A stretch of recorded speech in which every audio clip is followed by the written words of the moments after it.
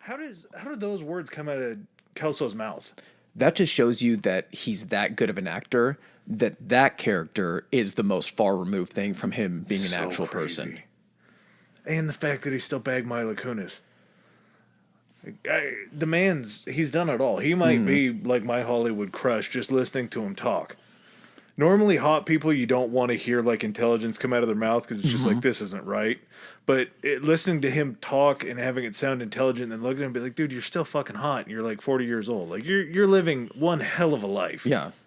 And to know what he's got, like, you could list off what he's got his hands in, and you would have absolutely 100% no idea that he was into 90% of the stuff that he was into. You're like, oh, so you're like a genius.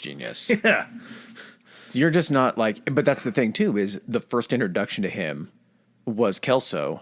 And that's exactly how people saw him for what, like 8 or 9 years? He had a couple other roles in movies, but he was always like a rom-com hero. Yeah, and like when I can't remember what the Bernie Mac movie he was in, but he played the straight man a lot and stuff. Yeah, I know. Like it's like a weird reversal. Ebony Meet the and Parents Ivory, type thing. Yeah, that it's kind like of a deal. weird He's Meet the dating a Parents. black chick, and they go to meet Bernie Mac's. I just thought about this morning, and I can't fucking remember what it is. Something about my daughter or something like that. Like, I can't remember. It's just so crazy to me that you take so many people's like minds for granted just seeing them do something like a really good actor or something like that. But then when you actually get to hear them talk and explain and like extrapolate on things, it's like, this is not the same person. And I used to love it as a kid. I'm sure you kind of had the same experiences, but like when you'd be watching a sports game and you would see somebody playing, and then after the game, you'd hear their interview. You're like, "Whoa, that's not what Patrick Ewing's voice is supposed to sound like." Or Patrick Mahomes is a perfect example. Mike Tyson. yeah. Mike Tyson's probably the number one example. You're like, you hit the TV. You're like, is something wrong with the audio? Like, my the interviewer just sounds about fine. go out. I think that just goes to a testament of like his intelligence allows him. He's able to somehow tweak his intelligence into acting, and to use that to completely just switch personas. Because if you like, I've been rewatching that '70s show. Yeah, like the character of Kelso. I mean, if you really break it down from an acting standpoint, his timing's great. Like facial reactions, the way he acts, and the way you never think he's anything but a moron. And just to be able to hold that for, however many seasons that he was playing that character. That dumb, aloof smile that he always gives. Can you imagine how much that would fuck people up? Like, we're talking about it right now. How much that would fuck people up, like, when they first met him, or he's doing, like, a press junket or something like that, and someone goes up to talk to him, and it's not just like this, just moron. He's just like, oh, yeah, I mean, we're using these cameras on set, and when we're doing this, and talking about other things, you're like, I'm sorry, are you Ashton Kutcher, the same guy that plays this character? Yeah, who taught you all this stuff? Like, is there a cue card behind me? What's happening? How do you know all this? But yeah, I can imagine. I don't know how Hollywood circles work, but like to watch that '70s show and then as like a female lead, you see that you're going to be in a movie with him. You're like, I got to work with Kelso. That's how this is going to go. And then he shows up the first day on set, completely professional, has everything He's down the first to a one T. on set. And he's sitting over there talking either to the director or the director of photography or something like that. And they're sitting there explaining to him, so we're using a long focus lens on this one, and then we're going to transition to, an angled shot. He's like, well, what about doing this? Like, should we maybe go ahead and try to use this type of angle? And they're You're just waiting like, for a sex joke or him to be like, burn! Mm-hmm. Yeah, I have a complete new respect for him. I was shocked. But I guess that's why you kinda, don't judge a book by its cover. Yeah, it's kind of one of those things where you look into it, and sometimes things on the surface aren't exactly what they seem. Does that tie in directly to what we're talking about today? Yeah, I didn't know how we were going to get there, but we meandered. we blindly wandered through the dark until we got there. This one, like, I didn't really ever think about this, but I went in to read what the highlights actually were during the 96 Olympic Games themselves.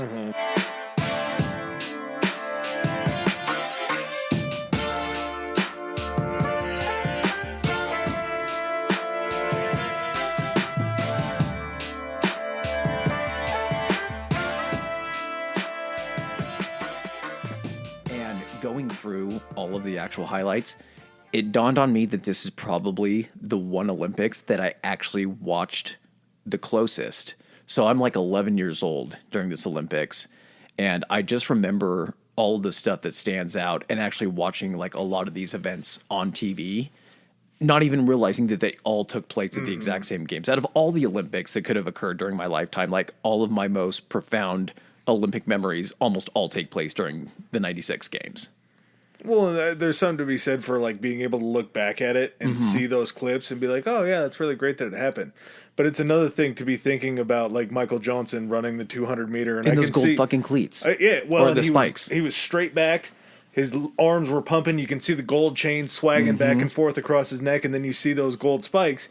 And that's just something where I don't have to like pull up a highlight to remember that. It's just ingrained in your mind. I think the uniforms were like a dark blue or something like that. And then I remember I don't remember a lot about Carl Lewis because it was his final games, but I think he didn't really even run, did he? No, he just did long jump. He just did long jump? Yeah, he took the gold. So just a crazy Olympics that we saw. I mean, this was the dream team without Michael Jordan. This was during Michael Jordan retirement time, so he wasn't on the Olympic team. So had he retired because I know this was July 96, so this is in the off season for basketball, right? Or is this, when would this be? Yeah, this is off season, right? Yeah, it is the off season, but this is, I think, right after he retired and then went and tried to play baseball. Yeah, that's what I'm saying. Is essentially it didn't take place during baseball. This would have been his second retirement. Yeah, this would have been the final one. No, was this him? This wasn't him retiring from the Wizards, was it? No. The Wizards came after this. Okay, so this is his second attempt, not the final, but the second attempt at retirement when he didn't go off and do anything just completely out of character, like trying to fucking play baseball for the White Sox. Trying to swallow his dad's murder. Just it couldn't have been a good time. But like I say, this is the dream team, but we're missing his airness. We're missing the dream. It's just the team. A massive piece of it. Yeah, and they still won gold very convincingly. It was, I don't know, just thinking back on the last Olympics that we had, because the last Olympics were China, winter.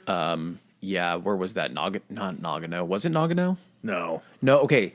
The last Olympics we had, it was the back-to-back. Remember, because it was the COVID year, and then it was Japan. Yes, so it was Japan summer, and then something like that. China winter, something like that. Yeah, it was something similar to that. But here's the other thing too: is regardless, and we'll list down kind of the highlights of the actual Olympics. I think when you break it down, this was overshadowed essentially by one event that happened during the Olympics very early on. 8 days in. Was it what does an Olympics usually last? Isn't it like, I know the shortest one was 17 days, and that was one of the first ones in LA. And then they say that traditionally the Olympic Games, I want to say like 60 days. No, there's no way. That might have been a previous Olympics. The record, I think, was 79 days for an Olympic Games. That would have had to have been something big that happened in between, because I want to say it's usually like 19 days now, I want to say. Is that what? I'm not positive. That makes sense because they're able to go ahead and probably schedule a lot more to get things going, whereas it was probably a little bit harder during Olympic Games initially to travel between different event sites and everything. Well, and you just couldn't build stadiums as fast as we do now. That's true. Or have already pre-existing infrastructure designed for something like this, because you have professional sports leagues that are already in your country. Yeah, we didn't even go very long with this one. I mean, the host city was Atlanta. It beat out some crazy countries just to be able to hold this. And Atlanta at the time they were on the come up. It wasn't the exact same old South that it used to be. But we're still talking about a city who had a baseball team that could never get over the hump and win a World Series. They never had a basketball team in the Hawks that could really ever do anything. I don't think the Thrashers, I think was their hockey team, they weren't there yet. And then the Falcons, 28-3 was the greatest Falcons day ever, and that was like the worst Falcons day ever too. So actually, probably Jamal Anderson, the Dirty Bird, that was probably a pretty good time for him. Mike Vick was probably decent, but it just wasn't like a sports-centric city that produced any winners. It wasn't like a Boston, or it wasn't like an L.A. that you would think of as like a destination. Yeah. And this was, I think, the closest that the Olympics have ever come to the South. I guess Georgia is the South, but yeah. Well, let's go through some of the possible alternatives that would take place in what you would consider the south of the United States, which is weird because we don't consider the south, like it stops at what, like Texas? Anything west of that does not be considered, like you don't consider New Mexico and Arizona the Southern south. California, isn't Yeah, south. nothing like that is considered the south, regardless if they may be more south than the actual south itself. But what are you going to do? You're going to put it in fucking, maybe New Orleans. Yeah, the city just may be too compact. Other than that, but stay the fuck out of Florida with the Olympics. No one needs to fucking see that side of us. Nationally televised, we get enough news reports coming out of fucking Florida that we don't need to put literally every camera and news organization in the world focused on Florida. We don't need Florida man breaking into the Olympics. No, can you imagine, like, okay, we're going to get the 100-meter started here in a second. We got to fucking wrangle this goddamn python off the goddamn track.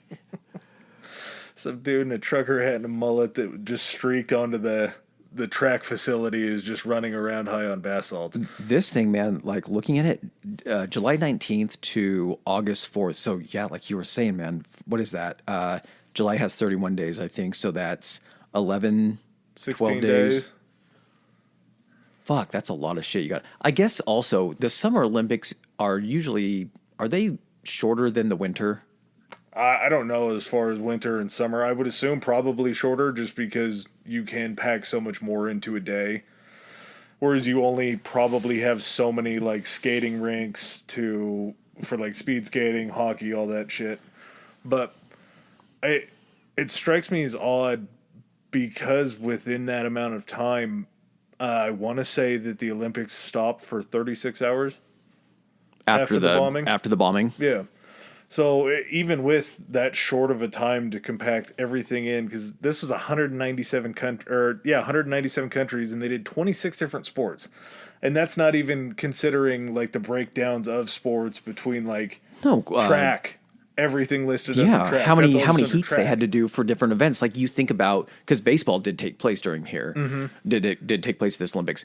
That's not you just say okay, one of the events was baseball. Okay, but how many games? You have so many countries playing so many games, and that's the thing too. Like people look at like a swimming event. You look back on Michael Phelps doing a swimming event.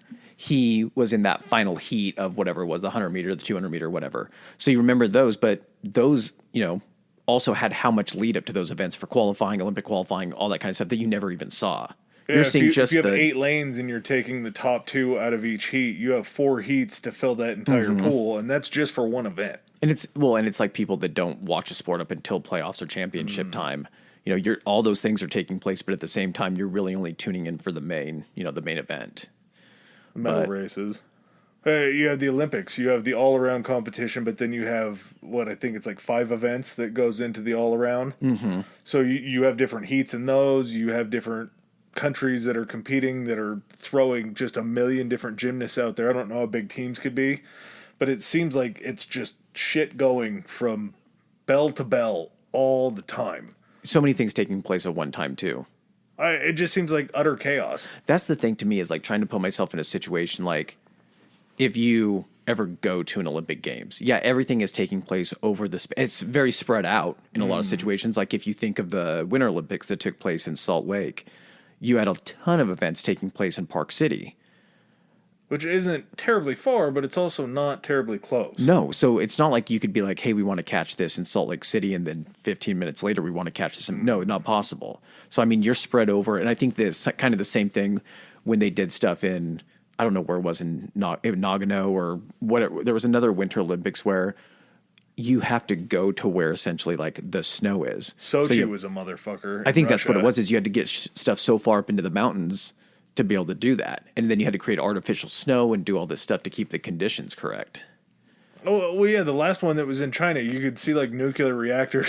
They had to put up, it was like the Disneyland thing where they're trying to put up almost like backdrops in the back but you can't fucking hide the smog. You can't hide the smog. You can't hide the brown. I guess you could spray paint it white, but you can't hide the fucking dirt. No, and there was another one that took place wasn't Rio? Rio de Janeiro was one that wasn't too far back. No, and it was summer, and it was just bad because Rio was just a terribly downtrodden place. You had athletes and teams and countries staying on boats, and then in some situations, the pools were like had like bacterial infections and stuff like that. That's what it was they either couldn't hold the surfing competition where they wanted to, or they had to cancel it altogether because it was so toxic in the actual ocean water that they weren't allowed. All the fucking drainage that's been running out of the city. It's not like you can stop that for 3 days and be like, we're good to surf. Yeah. You guys have any open sores or cuts? Or here, you're going to want to wear this mask. Well, what happens? You really don't want this water to get in your mouth. How am I supposed to breathe? Breathing's not a good idea. Hold your breath during your run, man. If you wipe out, pinch your nose and hope nothing gets in there. But yeah, I mean, when was the last time too, looking back on it, I kind of texted this.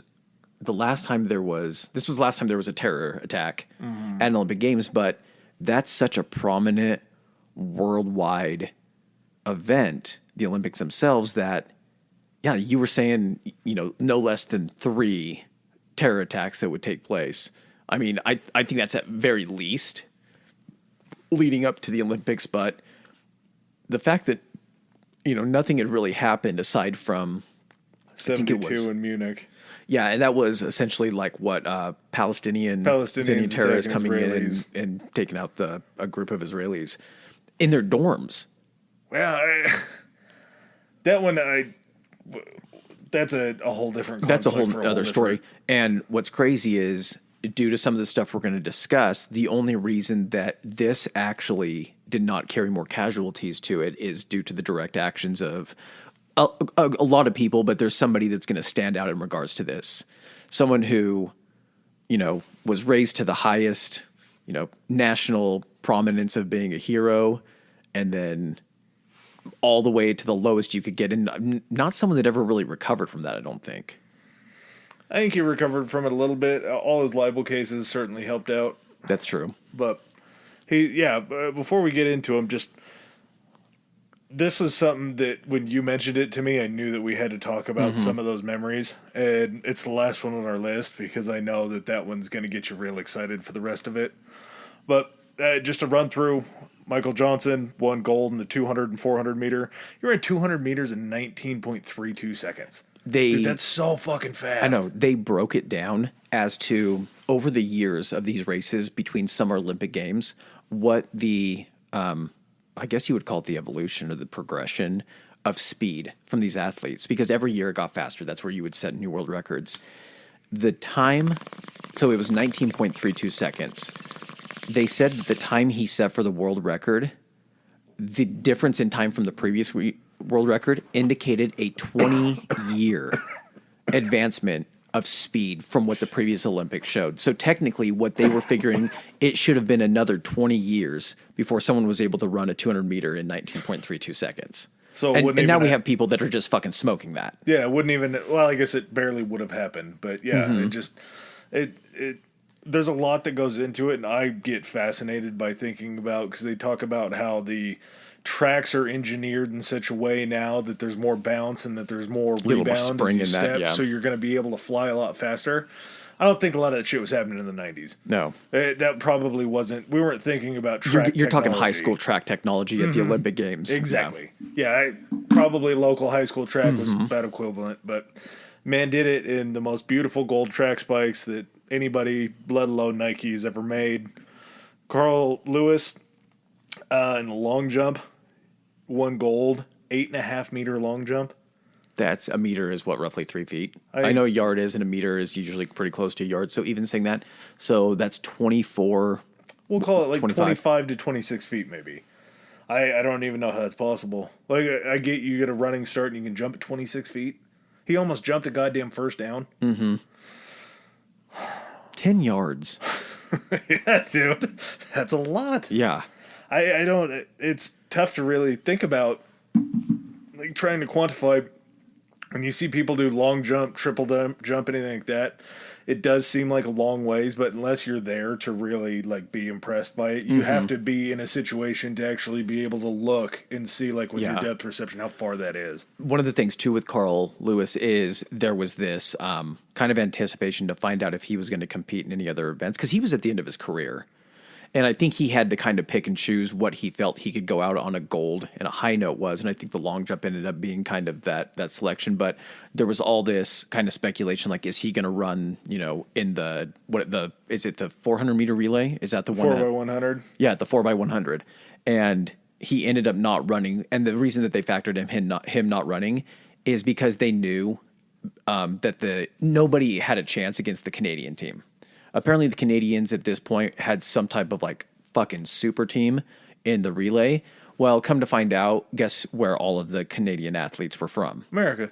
They were from the Caribbean. Oh, really? Yes. So they had a bunch of brothers up there running for Canada, and nobody's like, hey, maybe let's check this out? You know how fast the Jamaicans are now? Yeah. They had basically the fucking Jamaican fucking sprinters doing their goddamn relay. Hey, and so that's just resources. It is. Yeah. Well, and I'm not going to say like we should be pointing the finger at co-opting athletes from different ethnicities to go ahead and increase our. We were doing that back in World War II, where we had what was it, Jesse Owens? Yep. Just blowing the entire field away. And I remember reading stuff about Hitler being super pissed off about it because he felt that we were taking advantage of essentially, which we were, using black athletes to just completely annihilate the field. But you then had, what did Gail, like, these names are kind of like ringing bells, but they're not like super familiar. Gail Devers defended her 100-meter gold, and she went back-to-back. She won in 92 in Barcelona and then 96 in Atlanta. Mm-hmm. So very rare for somebody to be able to hold that kind of athleticism and that kind of advantage over anybody. Mm-hmm. From year to year, like at World Championships, let alone 4 whole years. Yeah. Think about how much your body changes in 4 years, especially most of these people are in their 20s. I mean, training constantly. And we're not talking about a situation where they're getting paid millions of dollars like professional athletes. These are runners. Well, especially nowadays, you win, 1 Olympic gold, maybe 2. You're talking worldwide sponsorship for different companies that want to have you do a couple commercials, and you're pretty much set for life. Back then, you had to essentially, and of course, I'm sure that's not the only contributing factor why these people came, back from different Olympics to defend their golds, but there's so much more incentive now to compete in as many Olympics as you can. You have people that are like, what did Michael Phelps compete in? Like something around like 4 different Olympic games? I think it was either 4 or 5. Shaun White for snowboarding ended up doing 3 or 4 Olympic games. Let alone the X Games and everything else that he did. And he was going, actually he had to have done more than 4 because he was fucking around and going summer skateboarding, winter snowboarding, summer skateboarding, winter snowboarding. And then still wanting to do it for fun. Yeah. Still being something he wanted to probably do for fun. The last 2 are the ones that stand out the most for me. I bet. They do. And it's the U.S. women's team winning gold in the all-around gymnastics. And the one thing that's burned into my brain, probably because, I was an impressionable 11-year-old boy. It's getting creepier, having crushes on everyone. I have so much harder of a time watching gymnastics than I used to. Well, yeah, when I was 11, there was nothing wrong with it. Exactly. It was legal. Yeah, exactly. And you had the next Olympics still legal. Well, and here's the other thing, too, is I think during this time, so Carrie Strug, she was 14 in the 88 Olympics. Oh, no, sorry, the 92 Olympics. I don't know if she made that team, but she was 14 at the time trying to qualify. So come around to the 96, she was 18. She didn't fucking look 18. She had this weird... Was she? I thought she was still 14. Was she? Okay. So, but I remember the haircut. She had I don't even know how you would describe, how would you describe that haircut? Sort of like a bob with a top pony. Yeah. Not even a pony. It was just almost like it was a mix between almost like a bob and the "Can I speak to your manager" type little bit thing. Yeah. Like an A almost cut at ear or level. Maybe a little bit lower than ear level, but that vault. The vault is what, and I mean, I think that became almost a symbol, aside from the bombing of this Olympics, is that last vault to win the gold, which, not to burst the bubble for anything, but ended up not even being needed when it all came around. No, but it also, like you just had I don't remember if it was it had to have probably been the vault before, but she tore 2 ligaments in her ankle. Yeah. So she was hobbled. There was going off of a vault, there's no way that you can land and take a step and have a great run. It just always happens that way. First of all, you have to run at full sprint down a runway. You then have to jump with your full weight onto the springboard. Then you have to launch yourself into the air, hitting the vault. Then you have to come down with all your weight. Yeah, you're coming down on a padded surface, but you're still coming down with, all 86 pounds of these girls, right? Something like that, if even that at this point. But I remember that so vividly. And what was the name of the coach? It was Bella Caroli. That's fucking right. I'm not sure if Bella Caroli ever crossed paths with Larry Nassar, the rapist, but there had to have been. I don't want to know. I don't want to know because I love Bella. Bella was one of the funniest dudes to watch. Maybe Bella was walking out the door when Larry Nassar came in to go ahead and take the job. I don't know. God, I hope so. But so I remember that it was between them and the Russian team, I believe, for the all-around gymnastics gold. And there was a girl that went before Carrie Strug, and she fell backwards on both of her attempts. And at that point, they thought that they needed essentially a 93 or 94 score in order to go ahead and secure gold. And I think that girl that jumped before her ended up they dropped the lowest of the two. And in her best score, I think she still kind of stumbled backwards. She ended up scoring it might have been like a 90, 91. And so Carrie Strug gets up there, and I remember exactly, it was a white leotard, and then it had like red and blue kind of a cross coming down the shoulder, and then it had sparkles on it. And she was she blonde or redheaded? It was like a strawberry blonde. Strawberry blonde. And she fucking takes off on the first attempt, hits it, and when she comes down, she, like you're saying, she tears the ligaments in her ankle, and she goes straight down feet and then on her ass. And you could instantly tell something was wrong. And then she kind of gets up and hobbles and everything. And she's kind of walking back for her second attempt.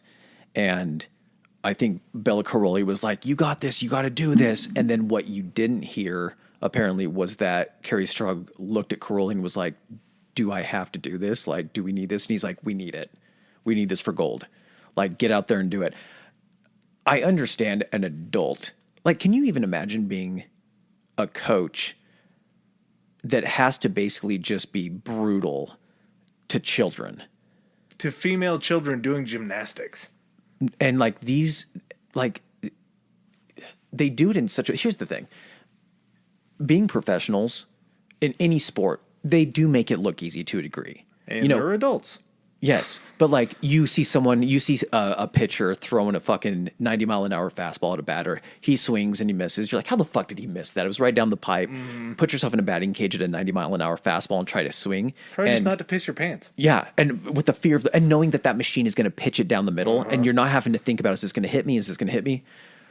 These, when you see like some of these gymnasts doing even like floor routines and they're just effortlessly bouncing and landing and splits and all that kind of stuff, they're making it look so easy that you don't notice all of the work of taking a fucking ribber on the balance beam when you don't land your right. On the vault, mistiming it and taking the vault bar, or not the vault, the parallel bars, taking that right in the back or something, or taking a face plant on something. Some of my favorite videos, when you miss a grab after a flip on the uneven bars. And you're horizontal. Yep, and you go straight face down. I fucking love those. And you can almost hear that. It's unmistakable, and it's just the most brutal thing in the world, but that's the risk that you run. Thank God you are. It's like the cartoon belly flop into the water where they actually remain on the surface for a second and then they slowly sink below. It's not even the sinking, it's just the plant. It's just Wile E. Coyote trying to catch the Roadrunner. But maybe that's a good thing that they do weigh 80 pounds, because when you hit, it's like, you weren't 200 pounds. Like that, one of those would kill a 200-pound man going down face first like that. Yeah. But on that second vault, her basically trying to compose herself, sprinting down that line on a, ligaments ruptured in your ankle, doing the vault, landing, and then as soon as she lands it, throwing the hands up, picking the ankle up, looking at the judge's table, everyone going fucking nuts. Everyone, you could tell what the energy was, people watching that on TV. Just being like, oh shit, and then that score came out, and everyone knew that they'd secured gold. Well, after that, come to find out, apparently one of the Russian vaulters also faulted twice, and they could have used the previous American girls' score, and they still would have won gold. But no one remembers that because of how just insanely memorable. And then, do you remember her voice? It was the squeakiest little mouse voice that you ever heard. Sounded like a mouse. Yes. She's like, I just had to get out there, and I just. It was higher than that. It was like just. We can't. That's not an octave. No, I can't even get. It was like a cartoon character, like a little cartoon mouse. I remember her doing all the talk show circuits and everything. But like you said, Bella Caroli carrying her with her ankle taped and everything like that to the podium. Yeah, she couldn't make it out to the podium to receive her gold medal. That's how messed up her ankle was. And Bella, I'm sure, realized, we probably didn't need that. I shouldn't have pushed her to do God, this. after that, can you imagine? But that's also the thing, like, I don't know, man. You hear about, like, what was the last really big female? It was Shawn Johnson, and there was the blonde girl. And they were the ones that were before, like, Simone Biles and everything. They were that generation of the last Olympic team. But as, like, you see documentaries on TV, especially with all the NASA shit that came out and all that kind of fucked up stuff, but you would see, like, you would hear their testimonials and be like, no, like, this is our life from the age of us being in, tiny 3-year-old gymnastics all the way up to this point. This is the goal. And we're pushed to achieve this goal pretty much by any means necessary and treated to, act like robots. And it's no wonder that, as soon as they win a gold or they win 2 golds, they're like, fuck this shit, I'm out. Like, my body can't handle this. And you have to imagine, I remember how disgustingly stupid it was last time when Simone Biles just couldn't go out there and make it happen. When she had to withdraw from all those events, everybody's like, you're letting this fucking country down. I can't believe you would do that. It's like, you fat fucks on your TV sitting there watching this, typing this shit on your phone. Go try to do 1 somersault. Go jump on a trampoline and see if it doesn't injure you all the time. I get that she's an athlete and she's a super... You stub your toe on the way to the fucking kitchen. And you're fucking out of commission for 3 days. Yeah, you cried about biting the inside of your cheek while you were eating dinner. Let's not try to compare a world stage. You threw your back out athlete. yelling at the TV about Simone Biles not being able to do stuff. And that's the other thing I don't think that people... I mean, it's becoming, I think, more recognized now. But, like, yeah, the mental pressure of essentially carrying the hopes of an entire nation on your back and knowing that literally all eyes are on you during these events. In an event where you're the only one that's on the screen. It's not like basketball where there's a team out there. It's not like bobsled where there's 3 other guys that are sitting there helping you push it. Like, you're on a stage by yourself. And you just have to focus on your next move, because an under rotation and an over rotation, you land on your neck, you land on your arm wrong or anything like that, you're paralyzed. I don't think people realize, honestly, the risk. Like, you see some of these girls on the actual, what do they call the floor routine? And it's on the big padded, but it's got the spring to it a little bit. Yep. Like, I'm scared at this age, and I realize I'm older now. I get weird trying to do a backflip on a trampoline. I'll do one and then be like, oh, I remember how to do it. But at the same time, to be able to run and execute multiple flips and everything and have the body control and the awareness to land on your feet. To spot your landing, to count your rotations. And you're not done. That's into a landing to then turn around and just do some more shit. Like, it's weird that it's sad that people are like, why can't you do this? It's like, my head's not fucking there. Like, you ever wake up in the morning and, like, you can't do something? Like, that's fucking how it works. Now, imagine there's a lot higher stakes on it. Yeah, just people need to shut the fuck up in regards to that. Competing for your country in a foreign country, and people back at home in that country are sitting there bitching about that. Couch warriors and... Yep.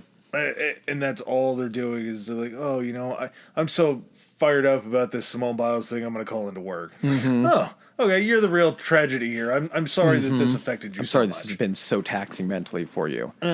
But, I mean, despite all of those, highlights and everything, and again, we just kind of discussed the American highlights on that, because the U.S. did win the medal count by 38. Yeah, dude. When I first read that, I was like, they only got 38 medals. I didn't see that they won the medal count by 38 medals. Jesus. I think they hit 101. So, is that a record? Oh, I don't know if it's a record or not, but it seems like the medal counts are not nearly as disproportionate as they are. Yeah, it's always usually a lot tighter at this point. But all of that, yeah, kind of being overshadowed by the bombing that occurred. So let's fucking get into that. Yeah, to get into that, first major player, kind of the most major player, I would say. We'll give you a little background on Richard Jewell, born December 17th, 1962. Unfortunately, didn't make it a whole lot longer past these Olympics. Passed away August 29th, 2007. He was 44. Died from complications of heart disease and a few other things. I'm sure that this probably didn't help the strain that was on his heart afterwards. After all this happened, I'm sure it took plenty of years off his life. the shit he went through took longer than the Olympics themselves to get cleared up as much as they could get cleared longer. up. Yeah. But he was just always he was very focused on wanting to be a police officer. And this story's hard for me because I always want to look at the heroes as like the exemplary members of society. And Richard Jewell did something that I think 99% of the world probably wouldn't be able to do in this time period to get all these people away from this bomb and to save as many lives. Still not my favorite person. No, I mean, you can admire the actions of a person without technically admiring the person themselves, I think. I think honestly he was a guy that was, I'm not going to say a victim of circumstance or anything like that, but like you were saying, like he was someone who had lofty expectations of himself, but he didn't have the toolkit to accomplish any of those goals. And he wanted to try to push that to see as far as he could go. And that dates back to one of his first jobs that he had in law enforcement. He was a jailer in Habersham County, which I think was in Georgia. He was a native to Georgia, so I think he stayed there for his life. While he was a jailer, he did not have the authority to arrest anybody. He was moonlighting in an apartment complex as a security guard and went ahead and arrested 2 people that were making too much noise in the hot tub at the apartment complex. Brought him back, threw him in jail. He ended up getting suspended and charged with impersonating an officer because he didn't have the official capacity to arrest somebody on or off duty. No. You just like change their sheets and get their food and like help out with some like administrative type shit. Your badge is plastic. Everybody else's badge is metal. Richard, there's a reason you don't have fucking handcuffs issued to you. It's because you're not authorized to use them. Yeah, he would have had to have had his own. Zip ties. And he had 2 sets because he arrested 2 people. I wonder if they were like play handcuffs. They were furry. Or just the ones that had the little release on the side. Yeah. He's like, don't try to fucking get out of these. These are the toughest handcuffs ever made. Don't even try to escape. But got put on suspension for that. Somehow he didn't get fired for impersonating an officer. I feel like that probably should have been step 1 is fired. After that, he was promoted to a deputy, so not only did he not get fired, he ended up getting a promotion eventually, and this took place over like 5 years, so he probably had some time where he didn't fuck up to where he got to be a deputy. Then he crashed the living shit out of his patrol car during a police chase, and that can happen sometimes, but apparently he just was a terrible driver. And so it wasn't during like a pit maneuver trying to go ahead and knock the other, it was literally just... He was at the back of the pack and not paying attention. And just fucking ended up hitting ran into the back of another fucking squad car. Well, they actually knew, like in the mornings when they would show up for their shifts, they would know Jewell's patrol car all the time because it would always be dinged up or one of the doors wouldn't be working. Parked over in the center with a line right down the fucking center of the car. So not great behind the wheel. And he ended up, he knew he was going to get fired. So he's like, nah, I quit. Which I'm sure that's probably the interview was like the let go interview, and he saw it going south. He's like, I resign. I'm done. No fires. I resign. And that led him to get another job. He was a security officer at Piedmont College, which I still think is in Georgia. Maybe not, because he actually had to go back home to Georgia to live with his mom after she had foot surgery. I want to say Piedmont. I'm going to be Pennsylvania wrong here. Ohio? Could be. Something like that. But gets a More job north as of Georgia. A security officer. That the power of that just absolutely went straight to his head. He was breaking up parties on campus in dorms, and instead of just breaking them up, he would get all their information, and then he would call their parents back home and tell them that he broke up a dorm party. Like, this is college, dude. We don't do that anymore. These are all 18-year-old adults. This just comes in, like, again, he's just somebody that... He's Rod Farva. He sees himself... It's, it's looking in the mirror, and it's like looking in a funhouse mirror. The one that, like, makes you, like, look muscular and everything like that. That was pretty much his life. He wanted to go to be that person. He just didn't have any of the actual skills. He tried it and found out he didn't have any of the skills to do this, but he was trying to just hang on to, I don't know, do you think it was more of him wanting to do... See, the whole thing about breaking up the parties and, like, calling the students' parents, I feel like he had definitely... confused doing good with having authority. I feel like he power trip. Yeah, I feel like he maybe just had to be in a position. Some people, they get a taste of that, and that's their addiction. Is just having something over on somebody else. And I'm sure as a security officer at the college, breaking up parties, he's in a position where he's older than all of these people he's dealing with. He feels like he's in a position of authority over these people because they're younger and they're students of the university. But can you imagine going in there and being like, I'm going to call give me all your phone numbers. I'm going to call your parents. The best encapsulation of this, and I'm sure that this was all just completely happenstance that it happened, but in the movie that Clint Eastwood did, Richard Jewell, the guy that plays Richard Jewell is the same. You've seen the second Super Troopers? Yes. Is the exact same guy that's the Canadian version of Farva. Okay. So it's very similar. They chose the right guy to cross over and do both of these. But not only did it just reside with his power trip on campus, he actually started pulling people over on the highway for speeding just outside the campus. Like, he had extended personally himself his jurisdiction to go over and try to arrest people for speeding on the highway. So outside of the college security grounds, he was actually pulling over like ordinary citizens. Listen, man. Richard Jewell's jurisdiction is wherever crime's taking place. Wherever injustice is occurring, Richard Jewell will be there. Oh, yes, they definitely chose the right man to... He looks, yeah. Yeah. He fits the mold perfectly. And I didn't watch the movie because I just wasn't really that interested in it. The fact that it was a Clint Eastwood directed film, it probably should have taken a little bit more precedence in my mind. I'm sure I'll get around to Kathy Bates in it, man. Huh? It's got Kathy Bates. I think it had a pretty decent cast. It's a newer movie. Did you know that? 2019? Yeah, it's got John Hamm, Olivia Wilde, and then I think this guy's name is Paul Walter Hauser. But yep, that's him. Yeah. But he fits in perfectly. The fact that he was in Super Troopers and he was Richard Jewell is just somehow so fitting. What do you think he had? What are we imagining here as his vehicle of choice to be pulling over these people on the highway outside his jurisdiction? Are we thinking it's the car and he just takes the red light and reaches out his window and throws it on Personal top? vehicle, I'm assuming. Okay. Because at Piedmont, there's no way that he had a patrol car. He had to have had like a golf cart. It had to have been like a Van Wilder style golf cart. I would imagine something like that, or he's driving his mom's car. Because again, I think the big thing with Richard Jewell also is that he did live with his mom or grandma. Mom, and that happened after he resigned again because he pulled the same shit and this will come back around. But no one can say this guy did not see the writing on the wall. Yeah, he definitely picked up on context clues. He didn't have the foresight to see where his actions were going to lead him. But as soon as he stepped into that, he had a great sense of stepping into his supervisor's or superior's office, knowing that he was going to be out on his ass. He could read the room super good. I was going to say, do you think he ever went in there for just simply like a performance review, or for them to tell him like, hey, Richard, we saw the lights were left on. And as soon as they're like, hey, Richard, he's like, I resigned. They're like, you left the lights on the car. He's like, never mind. Just kidding. Take it back. I renounce my resign. 5-second rule. Take back.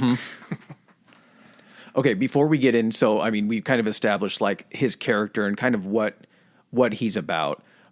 Before we get into the actual occurrence of the bombing and kind of what his role was in that, I do have to take a pee. Let's do it. All right, while we take a break from class and take care of some business, you can also take care of some business. If you don't follow us on Instagram or Twitter already, our Instagram handle is Historically High Pod. That's Historically High POD. And our Twitter is Historically High. That's Historically HI. All right, and back to our show. All right, getting right into the actual bombing itself. So July 27th, 96. So we're talking 8 days, 8 days in. So Centennial Olympic Park was basically, it was the common area. It was the hangout area for people kind of going to and from events. It was the only place in the entire Olympic Village or the Olympic Park that you didn't have to have a ticket to be in. Okay. So anybody that wanted to come see concerts. Open to the public. Yep. It was like the everyman's way of being able to get some of the Olympic experience. Well, and they had all of like the corporate sponsored tents were there and everything. So it makes sense from like a monetary standpoint that you would want to try to get as many people in there as possible. Again, you would have the concerts that were going on, you know, at kind of all hours. The fact that this occurred, what was it, at 1? It was like 1 o'clock in the morning. It was right after a concert. I think it was like Jack Mack and the Heart Attacks or something like that. It was On the free stage, it was kind of like the local acts that they could get in to do concerts. Well, fuck, if you're performing at 1 something in the evening, your Yeah. your fucking big acts You're are at probably the bottom of the batting order. Yeah. You're batting in the pitcher's spot at that point. So Richard Jewell, he's working security for the Olympics. Apparently, up to this point, this was weirdly enough, the most protected Olympics that had taken place. Was it 7,000 security guards or 7,000 like security personnel that they had? I didn't see the number, but I do know that they brought in like everybody that they could as far as running background checks on any of the contractors. They were watching for terror threats. They were watching for like literally anything, airborne attacks, just anything that could ever run through their mind. And that's where, like I texted you about this morning, this whole thing is all predicated on the style of attack that happened. Because if you're dealing with multiple people doing this, there's a chance. Back then, I don't think it was as big because there wasn't as much media sharing back and forth between people. But this was probably like early message board days. They were watching these. The FBI's always been in on that kind of stuff, seeing it. So you could see terror groups. And what happened for the Centennial bombing was so well planned out because it was just a solo actor. It was one person. It wasn't a group. There weren't discussions happening about this at some town meeting in some underground crazy ass. Less chance for leaks, less chance for, someone getting cold feet and causing the plan to go kind of awry or not even happen in the first place. But, so January or July 27th, we're talking somewhere around 1 o'clock in the morning. I think it might have been a little bit before 1 at that point, because I think the bomb actually went off at 1:20.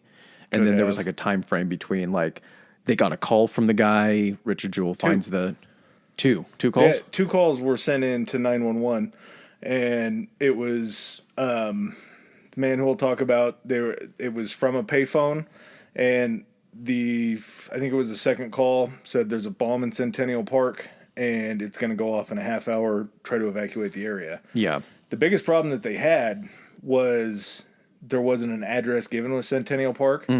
So in order to dispatch whoever they needed to and to get that information to security and whoever was running security down at the park, they had to find the address. And they couldn't find the address to Centennial Park because it was so newly built that they would get confused about it. So Richard Jewell running onto this bomb Before even the phone calls came in. No, this was, I want to say it was like 5 to 7 minutes after the phone calls happened was when he first made contact with the bomb. But he didn't know. No, he had no idea. No, it was just called into dispatch, and they had started to try to reroute either SWAT officers, bomb squad, and everything to look So the only reason that they were able to actually discover where this was that Richard Jewell actually found a backpack, and it was like sitting up against like some scaffolding that was serving as both like a speaker tower and then also for like radio communications and that kind of stuff. There were people up in the tower. Oh, were there really? Yep. And okay. I think it was maybe a video and audio tower, but it was a 40-pound bomb, which in a backpack. 40 pounds seems like a gigantic bomb. It was 3 pipe bombs, I think, all comprised together, and then a large metal plate to refract the blow to direct it. Essentially, kind of the same principle as like if most people in movies or whatever have seen a claymore. Claymore points out in a direction, so that's where the spread of it's going to go. Well, with like a grenade or any type of just like explosive like that, the blast is going to go wherever it's open to go. So if you explode something on the ground, that's where you get almost like the circular pattern going out from it. Blast pattern coming out. So like in this situation, the bomb showed a level of sophistication that someone had the knowledge of how to construct the bomb, but then design essentially like you were saying, plate metal around it to be able to direct the blast into a very specific area. Well, and that's going to play a huge role. The type of bomb is going to play a huge role into how the bomber was found. So Richard ends up stumbling onto this. It was tucked underneath a bench, and prior to him finding it, he noticed that there were some kids that were hanging out on the bench, some people that were all around the area. They leave, and the bag's still sitting there. And when he goes over, he sees the bag. He goes, okay, we need to try to make contact with these people. So they scour the park. Him and another security guard are looking around for these people. They end up finding him. They say, hey, did you leave this bag over here? And it's a no. whenever you see a bag in a crowded area, my mind immediately goes to the airport when they talk about unattended luggage and that type of thing. And they had something like 170 calls already through these 8 days that this had happened about bags that had been left. Everything else was fine. This just happened to be the one time where it was an issue, so they go back to the bag, and Richard kind of peeks open. He sees exactly what it is. He immediately goes to clearing the area. He's trying to get people out of the radio tower that's right there. He's trying to clear a space. They bring in the bomb guy at that point. Yeah, at some point he gets help. Maybe you can help me kind of clear up the timeline, because that's one of the questions I had on this. So I know that there were 2 calls, but the way that I've heard it described is that the 2 calls are made, but no one is aware of the actual bomb aside from dispatch and who they're trying to get out to find it. They're not just they're not just notifying on every fucking, security guy's radio, hey, there's a fucking bomb. Because if someone overhears that, or they get the wrong guy and they start trying, yeah, there's a bomb, but it's like, a half mile away at another part of the Olympics. Or did he say it was at Centennial Park? Oh, he did. He mentioned Centennial Park. But it was big. I mean, Centennial Park wasn't small, so it didn't narrow it down at all. No, and the reason, just shitty information, the reason it's called Centennial Park is this was the 100th year anniversary from the modern Olympics that we know taking place in Athens in 1896. Okay. So between the time that the first phone call is made and so he finds it before the second phone call is made about giving them the half an hour time, because the way that it's been described to me is that the full half an hour didn't go through before the bomb detonated. It feels like there was a time frame where he said it's going to explode in half an hour, 30 minutes. And then it made it sound like while they're clearing the area, it detonated like 10 minutes later. And there was it was almost like a trick that the bomber had done to try to, I don't know, what it kind of sounds to me, and this might be a weird thought process and it might be kind of dark to even have this, but if you're trying to, nope, you know what, it makes sense, because we're going to talk about the other instances that occurred, and this guy actually did this exact act, what I'm going to describe. If he says, hey, this is going to go off in half an hour, that gives essentially time for as many officers to try to get into the area and the bomb squad and everything like that. And maybe they're thinking to themselves, okay, we're on a timer. We have 19 minutes. We have 15 minutes left, to try to find this thing. And because of that, maybe they don't feel as, I don't know, like the situation needs to be expedited enough to get everybody immediately out of the, not to cause a panic or a rush or a stampede or anything like that. What I'm wondering is if he gave them the time frame of a half an hour, but actually had it planned that he knew that it was going to be going off in 10 minutes to try to almost give them a false sense of like them having time to get into the area. To bait them into the area. Yeah, exactly. Because that did happen. That happens during another one of his instances of bombing. The guy that we're going to discuss, that it was actually the bomber. Yeah. I think you're onto something when you hear his explanation after he's caught as to what happens. He doesn't have a noble cause. He's a fucker and just a bad person. But the way that he explained it kind of runs counter to what you're saying, because he wasn't looking for the mass destruction of humans. He was looking for the destruction of the power grid.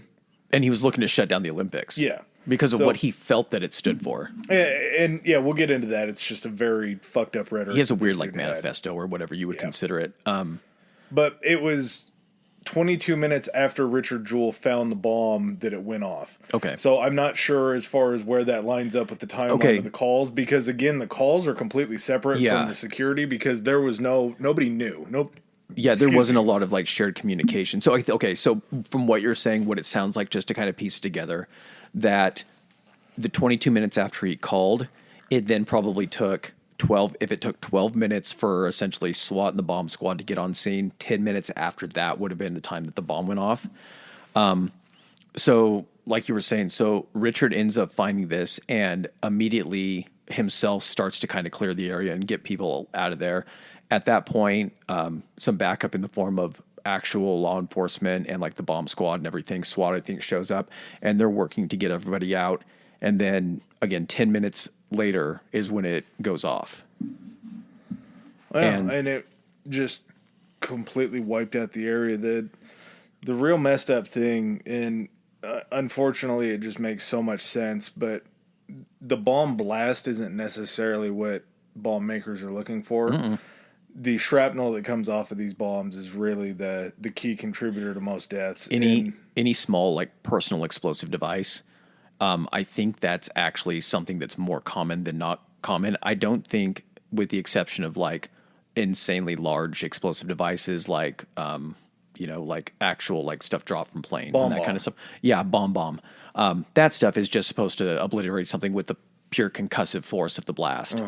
When you're talking about something smaller than this, basically in a really fucked up way, what you have to try to do is you're like, okay, I only have this size of bomb, but I need to try to figure out a way that I can make this thing as deadly as possible by packing. And in this situation, it was masonry nails, right? So, and this is going to come into play also. Like, this is crazy, like the detective work that goes into this. So he basically packs this thing. And again, it's directed to where he has it, to where it can blast in a certain direction. It's like a claymore, man. Even a hand grenade. That's the whole point of a hand grenade. You remember if you think of a hand grenade, what version do you think of in your head? Just like the little kind of ovular version that's like military green, and it's got like the pineapple. Yeah. It's the pineapple style. Okay. So the reason that it has the pineapple style, not only for the grip of it, is because those segments of the pineapple break apart. Yes. They're actually, if you really look at it, they're meant to actually break into those segments. And then that's where you also get the additional force of it, is because those pieces, the explosive part is all packed in there, but there's a lot of metal to those things. That's why they're pretty fucking heavy. I mean, a hand grenade is, you hold in your hand, you're like, oh, fuck, this is heavier than I thought. If you drill a hole out, like when they disarm them, and they have to drill the hole and they drain the gunpowder out, there's not a whole lot of difference weight-wise. That gunpowder is very minuscule compared to everything else. It's the compression. It's holding in the explosion to get as much force as possible, and then once it does release, it's able to force all of that shrapnel and all of those projectiles out at such a rate that they pretty much just shred everything. The fucking amazing thing about this is there were only 2 deaths. Yeah, and one was just because of it. It wasn't what happened. The only death that they recorded was a lady named Alice Hawthorne. She was 44. She was there with their daughter. And there's really no good way to say it besides she took a nail to the side of the head and it just killed her instantly. Maybe the silver lining was that it was instant, because I can't imagine bleeding out and dying that way. I mean, there's no good way to put it, but at least hopefully it was instant, painless. She was, her daughter has come out and talked about just the struggle that's happened since then and just the PTSD that she's had. He was a reporter Turkish. Turkish. That's what it was. Yeah. As he was running towards the explosion, this guy was a war reporter. This guy had seen some shit. He had as soon as he heard it, he fucking had his camera. He's like, I got to get in on this. Yeah. He wasn't running away. He was running too. And I don't think it was necessarily, there probably is a little bit of that. Like, I could try to be first on scene or something like that. But the fact that those people are just like, they hear that sound and their initial reaction based upon their profession is just like not to run away, but to run toward. I'm trying to remember who they had somewhere within the area of, Centennial Park. I can't remember if it was NBC News or ABC News, but at that time they were doing an interview with the previous Olympian. And I can't remember what her event was. I think she was a swimmer, and she was doing an interview, and she had not qualified essentially for her like bread and butter event. She was a previous gold medalist or something like that. She tried to come back for this Olympics and she didn't have success, but they were doing an interview. And you can actually look up the footage on Google where you can watch the interview, you can hear the explosion go off, and you can see the studio rock, and it shakes. And so, I mean, that's even far, not far removed from the blast, but that pretty far. It shook everything in the entire park. Yeah, the concussive force of those things is insane, and that's and less severe than that. It's less severe than essentially the shrapnel, and so he ends up dying of a heart attack on his way there. So you can say if we're splitting hairs in this situation, but one person was killed as a direct result of the blast. Another died as an indirect result of trying to get there. But he wouldn't have died had it not happened. And here's the thing too, 110 people injured. Now that doesn't go to say you can take a lot of nails in your fucking body without it being fatal. Yeah. And so that's not even to say, I didn't get into the details of the degree or severity of the injuries, but I'm guessing that a lot of people got real fucked up. Well, and so many of these people were saved because of Richard's fast action to try to clear the area. And he was the one that got up in the tower that we were talking about, the radio and video tower. He got all those people evacuated. That tower got absolutely fucked up in the blast. So none of those people would have survived. Well, fuck, think about this, man. This is, and I understand it's 1:00 in the morning. This is the motherfucking Olympics. And there was still a concert going on. Yeah. Because you can hear the audio. One of the podcasts doing the research for this I listened to actually played the audio from the concert itself. And you heard the bomb go off. You heard the screaming. You heard all of the fucking, everyone trying to get away. I mean, I don't know if we can even estimate how many people he saved with his actions. It's so tough to try to... If you're going to say that 110 people, 111 people were injured as a result of this, I'm willing to bet that... With prior knowledge of this happening. This was still after he had already informed everybody. Yes. So even if there were those amount of people and then 100 more people... Okay, how many people up in the tower would we say? A good estimate, 5 to 6? Yeah, at least. And then you put into account...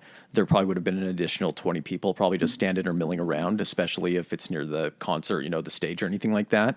It would have been 10, 20-fold for people killed in this. I would have said probably 70% of the 110 people or whatever it was that were just injured would have been dead. Well, and it's not only that, like if you're trying to get evacuated out of an area knowing that there's a bomb there, you're probably, if it's me, yeah, I'm trying to run. But at the same time, if you're having trouble getting out, of course, with this flood of people trying to get out, you're trying to get behind shit too. Like how many people just tried to get behind benches or, a fountain or something, something that you could be shielded from the blast. So it's not like everybody made it out, but how many people as a result of him were just, went into hiding or tried to get in a position where they would try to be safe from something like that.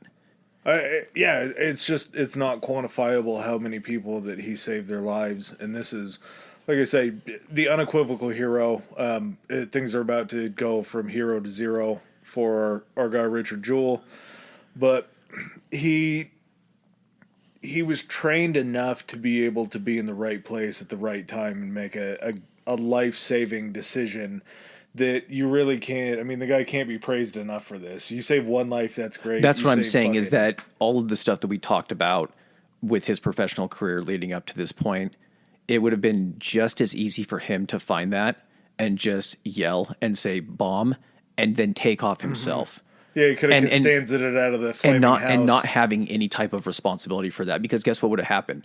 A bunch of people would have died and everything, but they're not going to go ahead and say this is the fault of Richard Jewell. He wouldn't have been. It wouldn't have been. Him. Here's the thing: him doing what he did is what directly led to him. Yeah, he kind of fucked himself. He did. His actions. And that's what's I think the most, the saddest part about this whole thing is that he did put himself in a position where he could have easily been, killed. Even going up to that fucking backpack. The time that he, if he unzipped it a little bit and looked what was in there, first of all, to identify, I don't know if I could look at something and just be like, that's a bomb. But maybe in your brain, if you see something that looks like a fucking bunch of metal pipes in a backpack, you're like, who fucking carries this shit in a back? And then your mind would automatically click to like, this is not what's supposed to be in a backpack. Oh, yeah. Ergo danger, get the fuck out. Yeah, whatever training he had just absolutely kicked in at that point.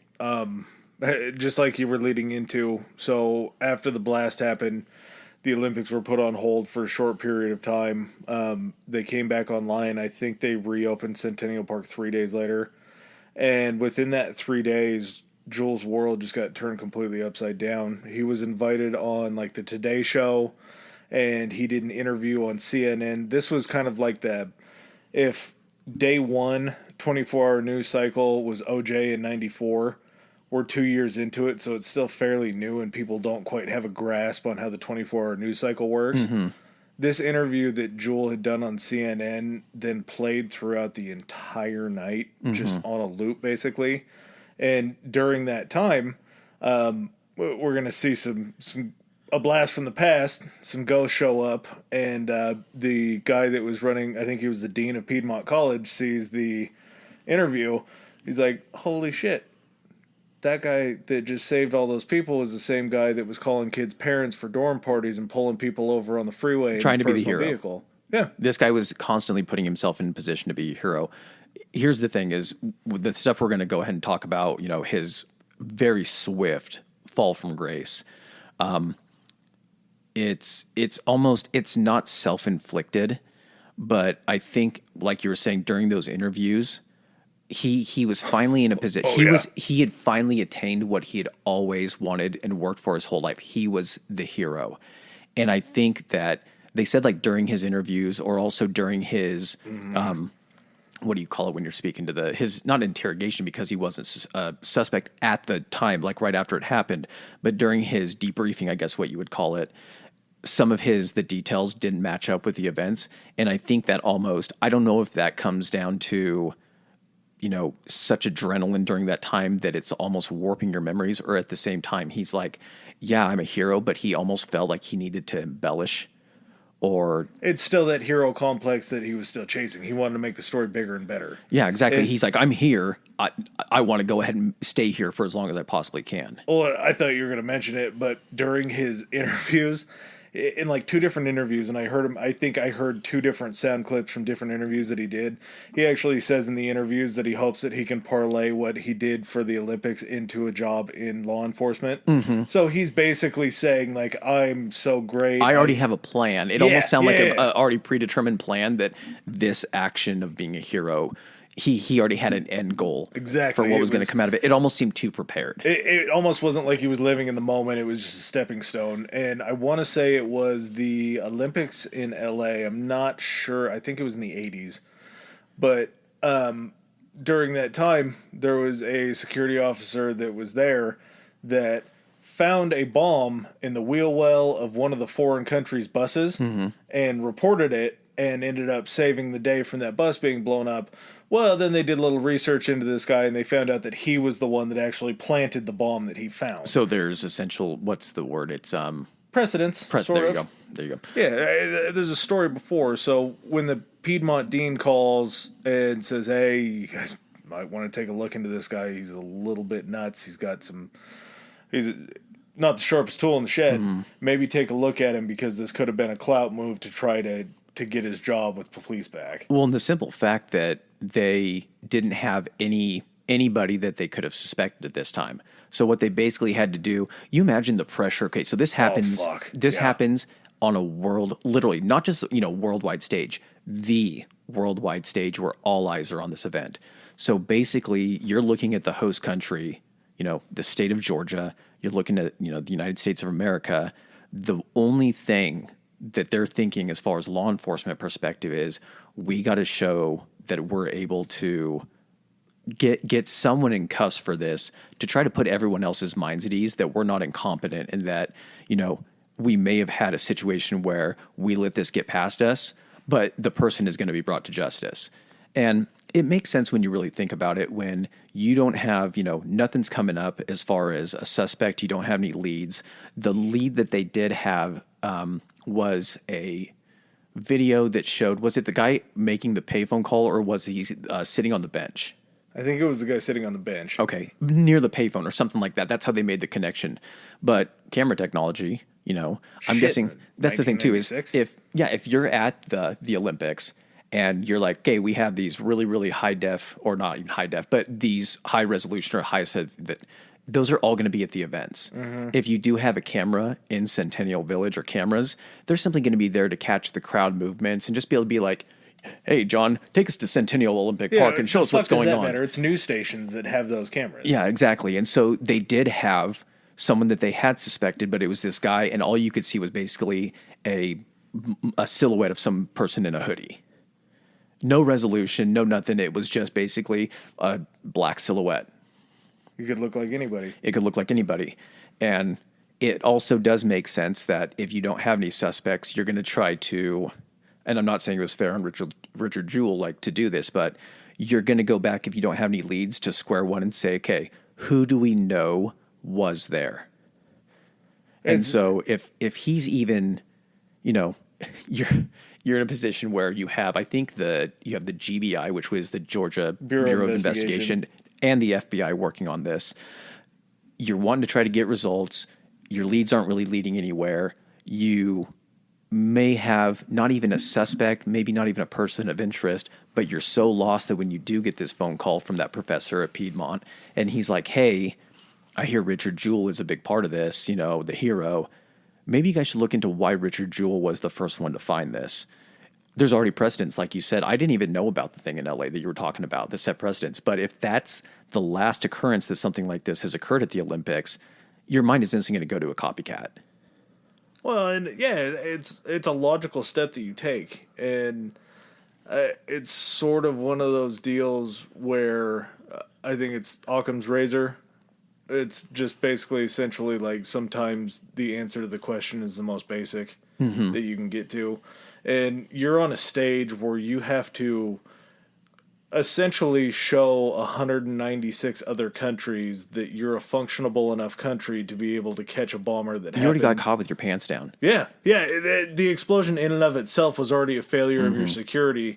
Now you have to try to rebound and try to save your image enough to show these countries like we got it. We can handle an event like this and have somebody come to justice. Well, and here's the thing too, for Richard Jewell, he could have gone through the entire thing of being named as a suspect, a person of interest in this, and had it been kept in the channels that it should have been kept, none of this would have happened to Richard Jewell. Yeah, he would have been put through the ringer, but the public wouldn't have known about it.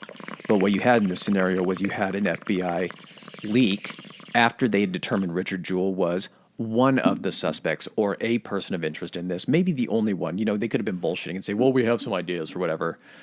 It gets leaked essentially to the press that the hero of Centennial Park is actually now not the prime suspect, essentially, but really the only suspect anybody is aware of.